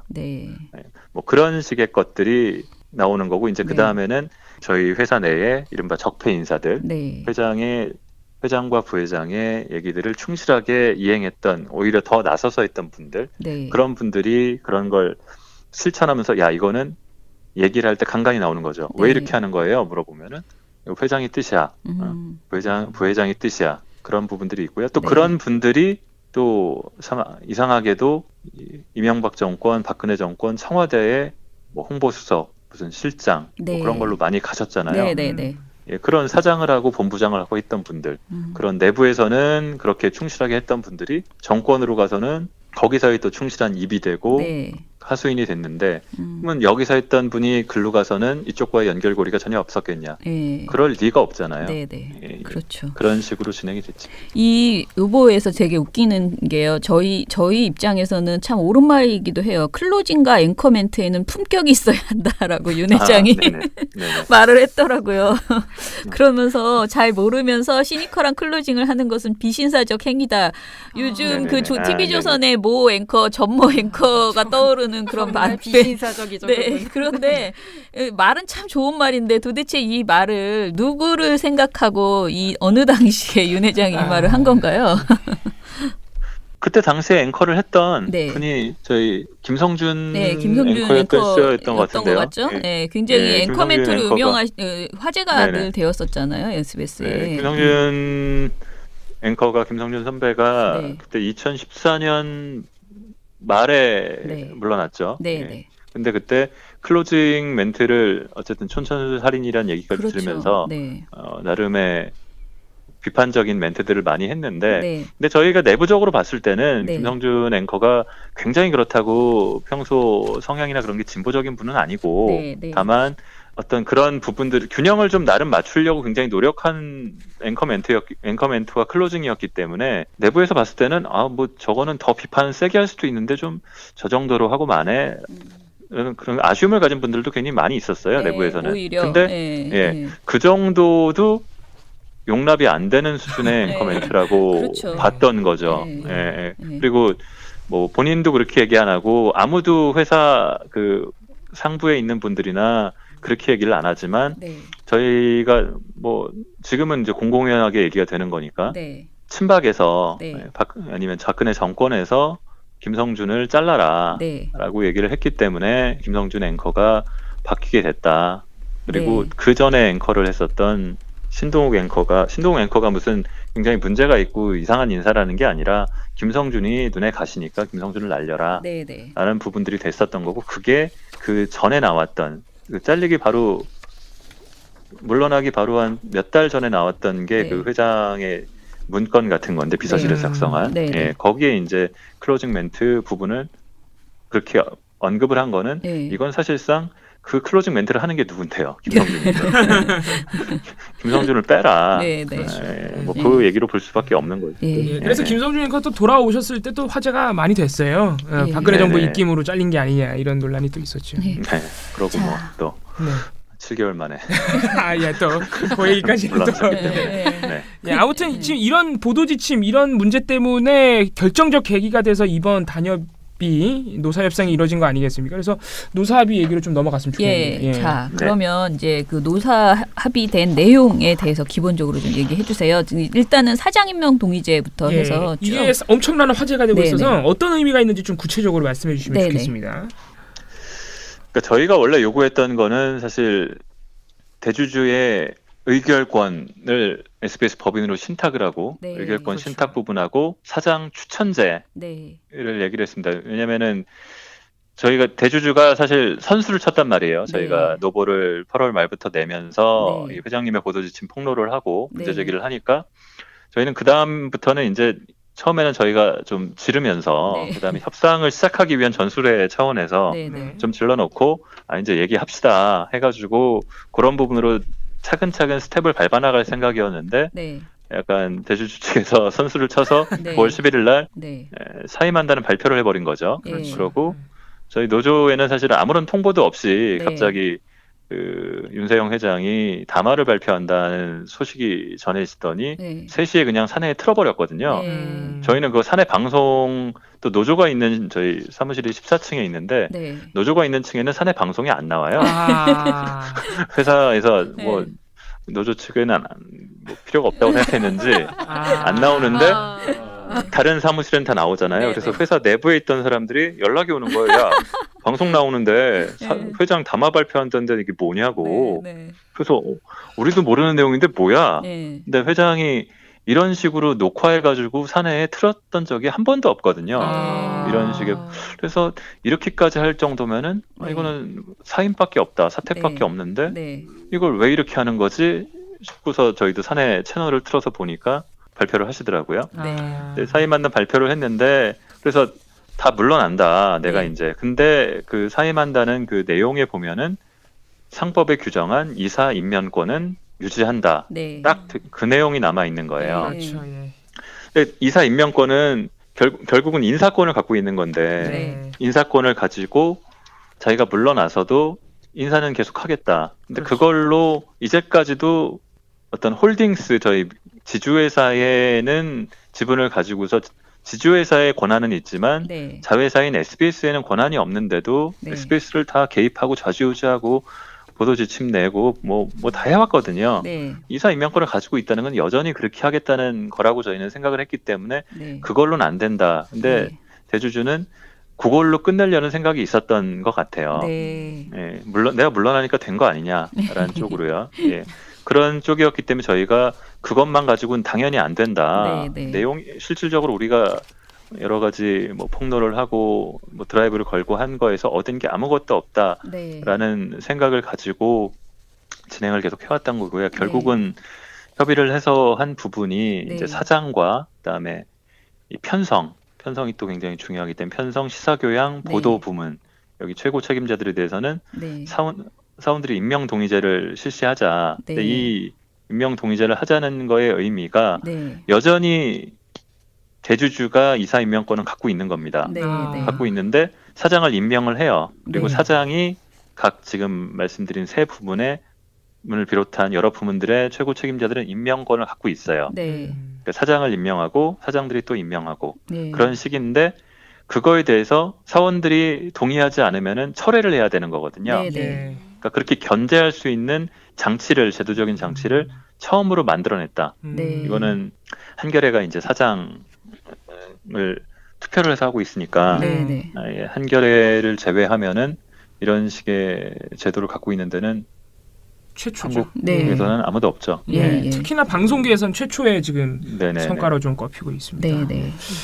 그런데 이 부분이 근데 이 부분이 이제 물론 SBS 우리 조합원 여러분들도 좀 아쉬워하는 부분이 있으시겠지만은 소유와 경영의 분리를 요구하는 게 지금 SBS 조합원 여러분들의 핵심적인 요구잖아요. 네네. 네, 근데 이 부분을 보면은 과거에 아까 말씀 잠깐 나왔지만은 과거에 그 이제 지주회사로 대주주를 바꾸는 과정도 사실상 이제 눈속임이다 이런 비판이 많았습니다. 네네. 그래서 이번에도 사실 임명동의제를 이끌어내긴 했지만 소유와 경영의 분리란 부분에서는 여전히 갈 길이 멀다 이런 내용들도 있는데 어떻게 보고 계시나요, 우리 SBS 본부에서는? 그러니까 저희는 이번 합의를 놓고 이 사장 등 임명동의제 실시를 포함한 뭐 여러 가지 합의를 했는데 놓고서 뭐 사내외적으로 많이 뭐 잘했다고 칭찬도 받고 축하도 받고 했지만 굉장히 갈 길이 멀다고 생각을 하고요. 이게 시작이라고 생각을 해요. 왜냐하면은 지금은 분위기가 이러니까 특히 이 어떤 방송 개혁, 언론 개혁에 대한 분위기가 나름 MK 총파업을 통해서도 그렇고 어쨌든 진행이 되고 있는 상황이고 또 정권 초기고 제어가 심사를 앞두고 있고 이런 그리고 또 그동안에 문제가 됐던 부분들을 노조가 계속 폭로에 대고 있고 뭐 이런 상황들이 맞물리면서 이렇게까지 물러나는 이런 협상이 가능했다고 하는데 이게 무슨 법적인 효력이 있는 것도 아니고 뭐 이제까지 그래 왔듯이 뻔뻔해지면은 언제라도 뒤집을 수 있는 거거든요. 그러니까 그런 얘기를 처음 했었어요. 그 사측에서 대주주가 9월 11일 날 물러난다는 담화를 발표한 이후에 노조에서 그것만 가지고 안 된다고 얘기를 하니까 이게 뉴스에도 다 나왔고 이게 시청자를 상대로 대국민 약속을 한 건데 이거를 번복하겠냐? 너네는 그것도 못 믿냐, 니네? 대주주를. 근데 저희는 못 믿는다는 거였거든요. 아니 이제까지 이전에도 여러 번 약속을 해놓고 계속 번복하고 어기고 해놓고 상황 논리 뭐 무슨 논리 그런 걸로 해와놓고 이거는 어떻게 믿냐. 또 상황이 잠잠해지고 다시 또 뭐 이를테면 어떤 언론 개혁이나 이런 쪽을 향한 어떤 분위기도 좀 잦아들고 또 정권도 말기로 가고 뭐 어떤 보수 세력도 득세를 하고 다시 아니, 그런 상황 변화가 생기면은 언제라도 돌아올 수 있는 부분이기 때문에 이런 부분들은 그 물러난다는 약속만 가지고는 부족하다. 합의만 가지고 부족하다는 생각도 하고 있어요. 그래서 그 장치로 만들어 놓은 게 이제 이번 제어가 심사위원회에 이번 합의 노사 합의를 제출을 해서 어떤 제어가 조건으로 합의를 반영한 부분들을 명시를 하자.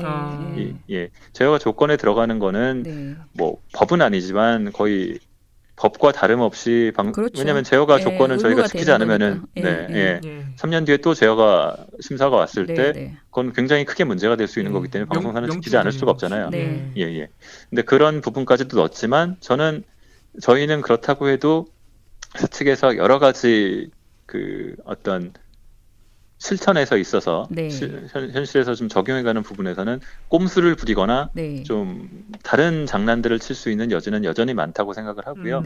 그런 부분들을 그렇게 되지 않도록 계속 의견을 내고 감시하면서 가져가야 되는 거고 이제 그 시금석이 될 수 있는 게 당장 올해 말에 예정된 정기 인사입니다. 정기 인사에서 저희가 초반에 저희 연결했을 때 말씀을 드렸었지만 저희 SBS 내부에 제도는 굉장히 잘 갖춰져 있어요. 근데 결국 실천하는 거는 사람들인데 어떤 사람들이 이 자리에서 실천을 하느냐. 막말로 이제 노조 같은 경우도 다음에 노조 위원장이나 노조 전임자 저 같은 사람들이 뭐 저같이 물렁물렁한 사람들이 또 와가지고 그냥 뭐 좀 사측에서 좀 적당히 회유도 하고 야 너 노조 맞추고 오면은 뭐 부장도 달아주고 뭐 잘해줄게 하는 식으로 해서 대충 넘어갈 수도 있는 거란 말이에요. 그렇죠. 그런 부분들이 되지 않도록 당장 이번 인사 때 이전에 계속 문제가 되었던 그런 인사들 그런 것들을 또 따라서 충실하게 자기도 앞으로 회사에서 잘 나가기 위해서 해왔던 분들을 배제를 하고 인사를 해야 된다. 아니면 퇴출시켜야 될 부분들은 퇴출을 시켜야 된다는 요구를 강력하게 했고 또 그렇게 하려고 하고 있고요. 그런 부분들이 제대로 반영이 되지 않으면은 저희는 하시라도 준비했던 무기들을 전부 다 까고 한 건 아니기 때문에 아직 많이 감춰놓은 게 있습니다. 그런 것들을 동원해서라도 관철시키려고 하려고 하고 그런 과정들이 앞으로 많이 남아있다는 생각이 들고요. 또 하나는 그러면 대주주가 계속 그렇게 전행을 하고 위에 간부들이 그렇게 했으니까 구성원들은 밑에 평사원들이나 평기자, 평PD 그런 분들은 네. 아무런 잘못이 없는 네. 어쩔 수 없는 분들이었냐.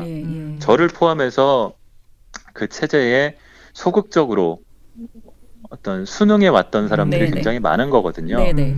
그런 구조에 좀 젖어 있었고 네. 그런 부분들을 좀 우리도 바뀌어야 된다. 그런 얘기들을 좀 많이 하고 있고 저희도 반성하면서요. 네. 그런 게 앞으로 왜냐면 저희도 10년 동안 길들여져 왔던 거예요. 네네. 아, 이거 해봐야 되겠어? 정권 그렇죠. 저렇게 정면으로 겨냥하고 네. 대주주 심기가 아닌데 그거 건드리고 그래서 되겠어? 네. 알아서 좀 긴다는 표현은 좀 그렇고 알아서 자제하는 네. 분위기가 만연해 있었거든요. 네. 네. 그런 부분들도 저희도 바꿔나가야 되는 부분이고요. 참 싸우는 게 어려운 일이에요. 네. 싸우는 게. 그 지금 이제 동의가 SBS 사장이나 뭐 편성시사 최고 책임자는 60% 이상이 반대해야 60%가 반대야 임명 철회고 뭐 이런 네. 것들이 있잖아요. 그러니까 보도 책임자는 제적 인원 50% 이상이고 근데 이게 이제 그 자신 있는 내용인가? 그러니까 저희가 구성원에서 그게 굉장히 중요하다라는 그냥 시민들이 거죠. 보기에는 이렇게 어려운 조건을 걸어놓으면 이게 제도를 만들어놔도 효력이 있겠느냐? 예를 들어서 부적절한 사장이 나오면 처리시킬 수 있겠느냐? 이런 걱정이 되는 거죠. 어떻게 보고 계세요? 그러니까 저희 이 숫자를 저희는 그 일방적으로 노조에 유리한 숫자 당연히 아니고요. 말씀처럼 60%니까 굉장히 좀 높아 보이잖아요. 예. 근데 그렇다고 사측은 처음에 이 사장은 받으려고도 안 했고 사장을 받는다고 해도 3분의 2를 주장을 했었어요.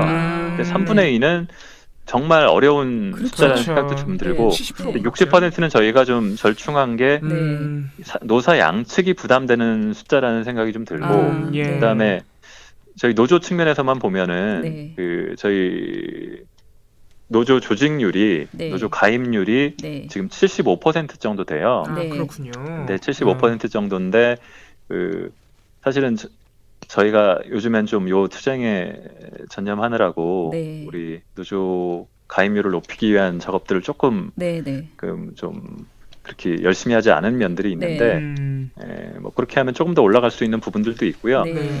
75%가 유지가 된다고 해도 이거는 노조원들이라고 해서 전부 노조가 리드하고 주장하듯이 그런 인사에 대해서 반대를 할 것만은 아니겠지만 저희가 굉장히 열심히 노력을 하고 설득하고 독려하고 대의원들이나 같이 통해서 하면은 가능한 숫자라고 보고 있는 거거든요. 그렇군요. 쉽게 되진 않지만 열심히 하면 가능한 숫자가 60%다. 노조 가입률로 볼 때 네, 가입률과 저희 노조원들의 어떤 어떤 참여도나 지금 이번에 리셋 SBS라고 저희가 이름을 붙인 투쟁을 해봤는데 거기에 보여준 노조원들의 어떤 열이나 어떤 조직을 이대로 둬선 안 되겠다는 그런 거에 대한 공감했던 부분들을 보면은 가능한 거라고 생각을 하고 있고 가장 좋은 거는 또 회사가 좋다기보다 지금 분위기에서는 구성원들이 그렇게 반대할 수 있는 인사를 임명한다는 무리수는 두지 않을 거라는 그거 자체가 어려울 것이다. 네, 현재 분위기에서는요. 현재 근데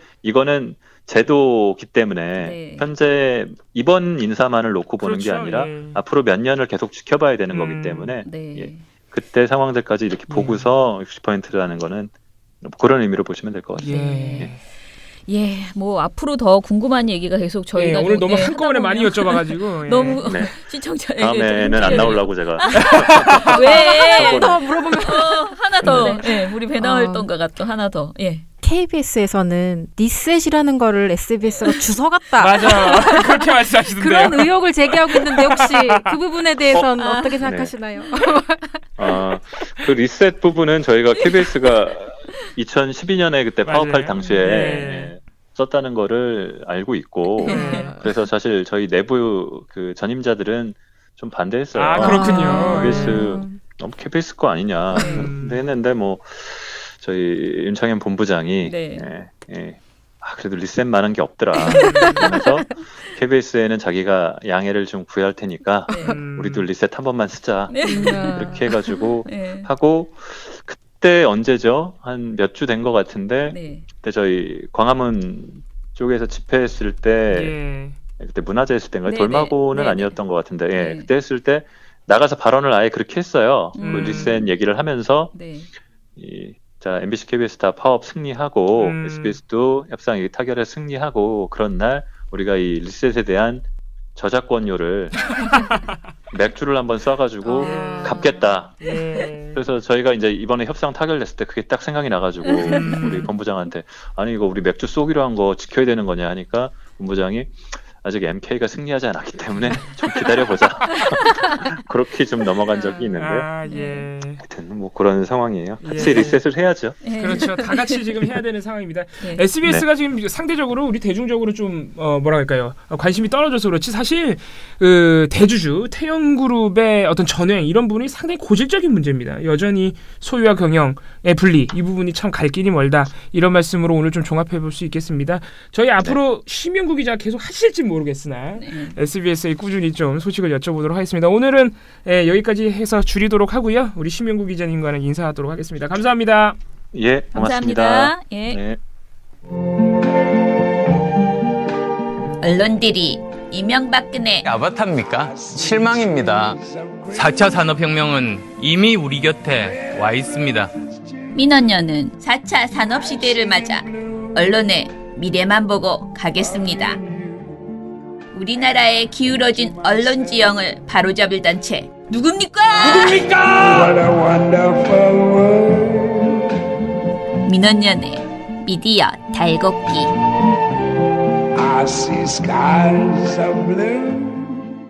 지금 SBS가 번 돈을 태영 쪽으로 자꾸 흘러가게 지금 되어 있는 거예요. 그러니까 SBS 번 돈 SBS 가지고 있어야 되는데 자꾸 그 뭐라 그러지? 더 큰 회사로 태영의 그걸로 자꾸 흘러가서 지금 수익구조 정상화 방안을 합의를 했다라고 하는데 합의 내용이 전혀 안 나와요. 근데 이게 비공개래. 그래서 비공개 부속 합의에 포함되어 있고 이게 기밀의 내용이 많은데 어찌됐든 구체적으로는 뭔가를 지금 올해 안에 최적의 방안을 찾기로 했다. 이렇게만 되어 있거든요. 근데 이게 합의 내용이 수익구조 정상화 이것도 되게 핵심이거든요. 맞아요. 이게 왜 이것도 사실 그동안 계속 문제가 됐던 거예요. 네네. 그러니까 이게 물론 이제 대주주니까 우리가 주식 투자하는 분들이 배당을 받잖아요. 회사도 이제 똑같은 식으로 그렇게 이익 배분을 하는데 그동안 어떤 복잡한 절차니까 우리가 잘 알지는 못하지만은 그러니까 SBS 미디어 홀딩스가 이제 그것도 사실 태영이 대주주니까 변한 게 없는 거예요. 그래서 2008년인가요? 이거 홀딩스로 바꿀 때 지주회사로 바꿀 때도 사실 말이 많았어요. 아까 제가 말씀드렸지만 눈속임이다. 어차피 태영이 대주주인 건 똑같은데 한 다리 건너는 것뿐이다. 그래서 그때부터 이제 어떤 말이 돌았냐면은 태영그룹을 왜냐면 건설업이 잘 안 되니까 태영건설이 잘 안 된 지 꽤 됐어요. 그래서 태영그룹을 SBS가 먹여 살린다는 말이 많았어요. 예전부터. 그러니까 SBS가 돈을 많이 벌면 그거를 SBS를 위한 재투자로 쓰이는 게 아니라 대주주인 태영그룹을 먹여 살리는 데 쓰이는 거죠. 아무래도 그게 꼭 그리고 이미지가 굉장히 좋아지잖아요. 그래서 SBS 처음에 만들어질 때 저는 그때 SBS한테 주는 게 특혜다라고 그러니까 이게 보통 방송사가 아니고 진짜 우리나라 그 당시에는 종편도 없던 시절이었고 그 유선 방송도 지금처럼 많지 않은 공영 방송만 있는 상황에서 민영 방송이 이제 새롭게 생기는데 그 회사가 왜 태영이 그것을 갖는가에 대해서 굉장히 논란이 많았는데 너무나 궁핍한 그런 이유만 된 거예요. 마치 이번에 종편이 생길 때 4개나 허가를 해주면서 도대체 왜 4개나 허가해줬느냐라고 따졌을 때 말 같지도 않은 그 변명도 못하는 그런 상황이었잖아요. 그때 당시에는 제가 제일 기억나는 거는 사옥이 여의도에 있어서라는 말도 있었어요. 그래서 손석희 사장이 저희 민원연의 그 언론학교를 당시에 강사였거든요. 근데 거기서 뭐라 그랬냐면 아니 우리가 무슨 신당동 떡볶이집이냐 모여 있어야 꼭 사옥이 여의도에 있어야 되느냐 이런 얘기까지 했었어요. 노태우 정부죠. 네. 그럼 MBC는 지금 옮겨갔으니까 자격을 박탈해야 되는 거 아닙니까? 이게 또 불똥이 MBC로 튀나요? 불똥이 이제 사옥이 다 흩어져 버려서 아무튼 그런 어이없는 변명을 해가면서 그 굉장한 특혜다라는 그런 비판을 많이 이게 받았었죠. 상당히 심각한 문제인 게 사람들이 사실 태영그룹 잘 몰라요. SBS로 알죠. SBS를 알기 전에는 태영그룹을 자체를 잘 몰랐었어요. 태영건설이 물론 이제 큰 회사지만은 건설업계 쪽에서 보면 또 그렇게 큰 회사가 또 아니에요. 그러니까 여러모로 SBS로 인해서 천혜님 말씀하신 대로 완전히 이미지 세탁을 해버린 거죠. 태영그룹이라는 회사가. 세탁이라기보다는 는이 된 완전히 거예요. 그러니까 이꼬르가 된 거예요. SBS가 태영그룹처럼 돼버린 거예요 지금. 굉장한 그러니까, 회사가 된 거죠. 근데 지금 보시면 아까 우리 인터뷰 나눴지만은 사실상 KBS, MBC에 있는 그 경연진이랑 다를 바 없었던 거죠. 네, 맞아요. 지금 이슈가 안 됐다 뿐이에요, 사실은. 그래서 이게 이제 민영방송이라는 것이 기본적으로 아무튼 굉장히 중요하다. 그 부분이 그 방송 사유화를 방지하는 것과 그 다음에 이제 수익 구조에 있어서 이것 분리가 그러니까 정확하게 분리가 되는 거. 그 다음에 당연히 이 보도에 그 사주가 전혀 개입할 수 없는 부분 이런 것들 굉장히 중요한데 그 중요한 일을 이제서야 SBS가 제대로 그나마 그러니까요. 좀 목소리를 내고 하나 정말 첫 발자국을 딱 찍은 그런 그러니까 느낌이 이게 듭니다. 우리가 엄청나게 큰 성과라고 그동안 보도도 그렇게 많이 나가고 또 그렇게 알려져 있지만은 오늘 저희가 특별히 인터뷰를 한 이유는 간단합니다. 이게 그렇게 그러니까 나쁘게 얘기하면 그렇게 대단한 게 아니고 좋게 얘기하면 이제 첫 걸음을 뗐다. 이 정도예요. 그러니까 아까 얘기했지만 소유와 경영의 분리를 원래 노조가 요구하면서 협상이 들어간 건데 된 게 아무것도 없는 거예요. 사실. 수익 배분 구조도 이제 뭐 협상하겠다 말만 한 거고. 그리고 대책을 마련하겠다. 그리고 태영그룹이 사실상 손 떼라 이거를 지금 노조가 요구하면서 들어간 건데 그래서 협상 결과가 사장 임명에 너네가 거부할 수 있게 해줄게까지만 온 거예요. 내가 임명하는 사장, 난 인사권 절대 포기 못해. 하나도 포기한 게 없어요 지금 윤 회장 일가가. 하나도 포기한 게 없는 상태에서 근데 내가 임명은 할 테니까 너네들이 거부할 수 있는 권한은 줄게. 여기까지 온 겁니다. 그러니까 그 부분에 대해서 좀 알려져야 될 필요가 있는 거죠. SBS도 여전히 청산해야 될 적폐가 많다. 이렇게 좀 정리할 수 있겠습니다. 맞습니다. 그리고 어찌됐든 되게 수고했다라는 근데 SBS 이게 노동조합이 정말 노조가 이렇게까지 한다는 거는 정말 있을 수가 없는 일이에요. 정말. 정말 수고했다라는 고생 많이 하신 거죠. 드리고 싶습니다. 자, 그러면 우리 금요일에 사실은 배나은 활동가가 보고서 2개나 주고 종편도 막 3개 줬나? 그렇구나. 그리고 또 이봉 활동가도 마지막 이거 그동안 그 뭐라 그러지 창고에 묵혀 있던 그 많은 보고서를 드디어 이제 밀린 보고서는 다 턴다 하면서 저한테 이제 보내주셔가지고요. 이제 보고서 발표한 게 많아서 내일은 아마 그 중에서 골라서 또 털어야 될 것 같습니다. 다른 얘기는 할 거 없고요. 저는 그 배나은 활동가가 이제 제가 오늘 아침에 새벽에 이제 검토해가지고 이거 발표해라 하고 줬어요. 사실 금요일 날 줬는데 제가 토요일, 일요일은 일을 안 하겠다는 의지를 가지고. 그거 굉장히 좋은 의지인 것 같아요. 주말에 일을 하면 안 돼. 그래갖고 이제 안 보고 오늘 아침에 새벽에 일찍 일어나서 이제 보고 줬는데요. 김원배 이사에 대해서 MBC가 진상을 떨었더라고요. 근데 그 한마디로 진상을 떤 자는 자유한국당인데 그거를 너무나 열심히 홍보를 해주는 거예요. MBC가 창피한 줄 모르고 말이야. 자기네 얘기를 또 이렇게 하지 말지 그냥. 그러니까. 근데 이제 그거를 제가 약간의 수정을 가했는데 우리가 이제 그 얘기를 왜 하냐면요. 전국언론노조에서 이제 관련 논평을 냈더라고요. 자유한국당의 그 막말에 대해서. 근데 이제 우리는 논평을 내려고 한번 논의는 했어요. 근데 이런 소리는 개무시해야 된다라는 게 우리 민원연의 입장은 뭐냐? 개무시. 도대체 말이 안 되니 이걸 어떻게 대응을 하냐라고 이제 얘기를 했었거든요. 이런 얘기는 진지하게 받아주기 참 민망하다 했는데 언론노조에서 이제 낸 그 성명은요, 논평은 딱 그거예요. 그 지금 법에 KBS 이사나 박문진 이사를 구성하는 데 있어서 여야 추천이라는 것이 전혀 명시되어 있지 않아요. 관례죠, 그냥. 이것은 그냥 그야말로 관행인 거지. 관행대로 그냥 해왔던 것인데 그 관행이라는 그 앞전에 법에 되어 있는 것은 뭐 각 구성원, 그러니까 추천이 다양하게 이루어져야 된다라는 정도의 뭐 그런 내용을 가지고 이제 그 국회가 다양성을 보장할 수 있는 방법이 국회에서 뭐 각 정당별 뭐 이렇게 해서 하는 게 좋겠다라는 차원에서 이게 관행화되어 있는 것인데 이것을 가지고 지금 이제 자유한국당이 자기네들 사람이 나갔으니 뭐 이런 햇소리를 하고 있는 거잖아요.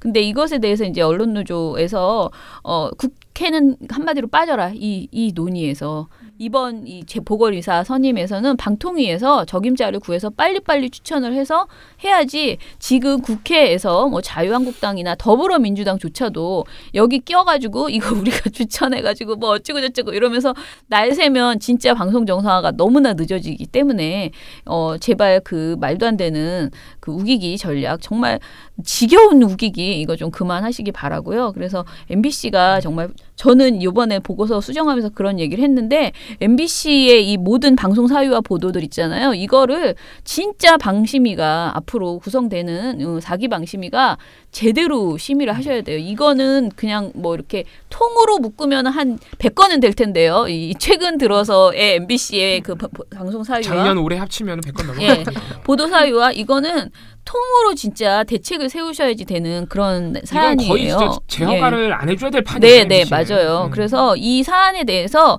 아까 SBS에서도 이제 이야기를 했잖아요. 그 임명동의제 이런 것들을 제허가 조건으로 걸어야 된다라는 얘기를 하셨잖아요.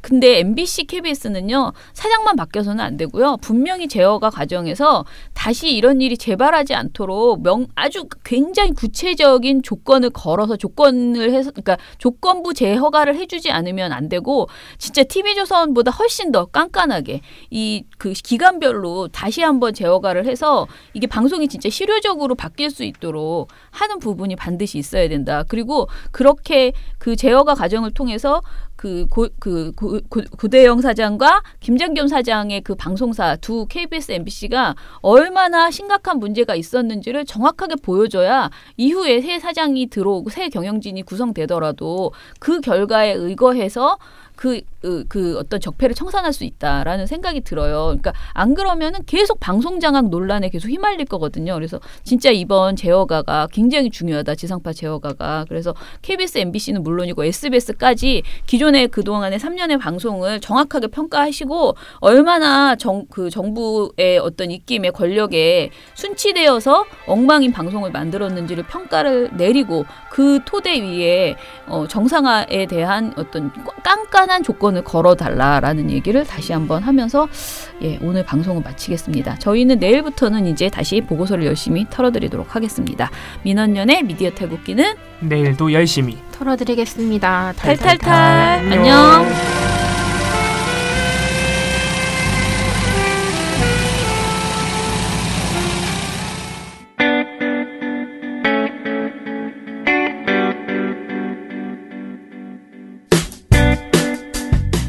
안녕하세요. 민원연의 이봉우 활동가입니다. 우리나라에서 언론의 문제는 민주주의의 문제입니다. 독재와 부패 기득권을 대변하는 언론들은 아직도 살아있습니다. 민주주의의 문제는 곧 우리 삶의 문제입니다. 사주의 입장을 반영한 권력의 욕심을 투영한 언론, 이들을 감시하려면 전문성과 꾸준함 그리고 투명함이 기초되어야 합니다. 민원연은 1984년부터 시민단체로서 언론을 감시해오고 있습니다. 민주언론 시민연합은 여러분의 소중한 후원으로 투명하게 운영됩니다. 민원연 후원으로 언론을 감시하고 견제하는 활동에 힘을 보태주세요. 민주언론 시민연합은 여러분의 소중한 후원으로 투명하게 운영됩니다. 회원 가입 및 후원 문의 전화번호는 서울 전화 02-392-0181입니다.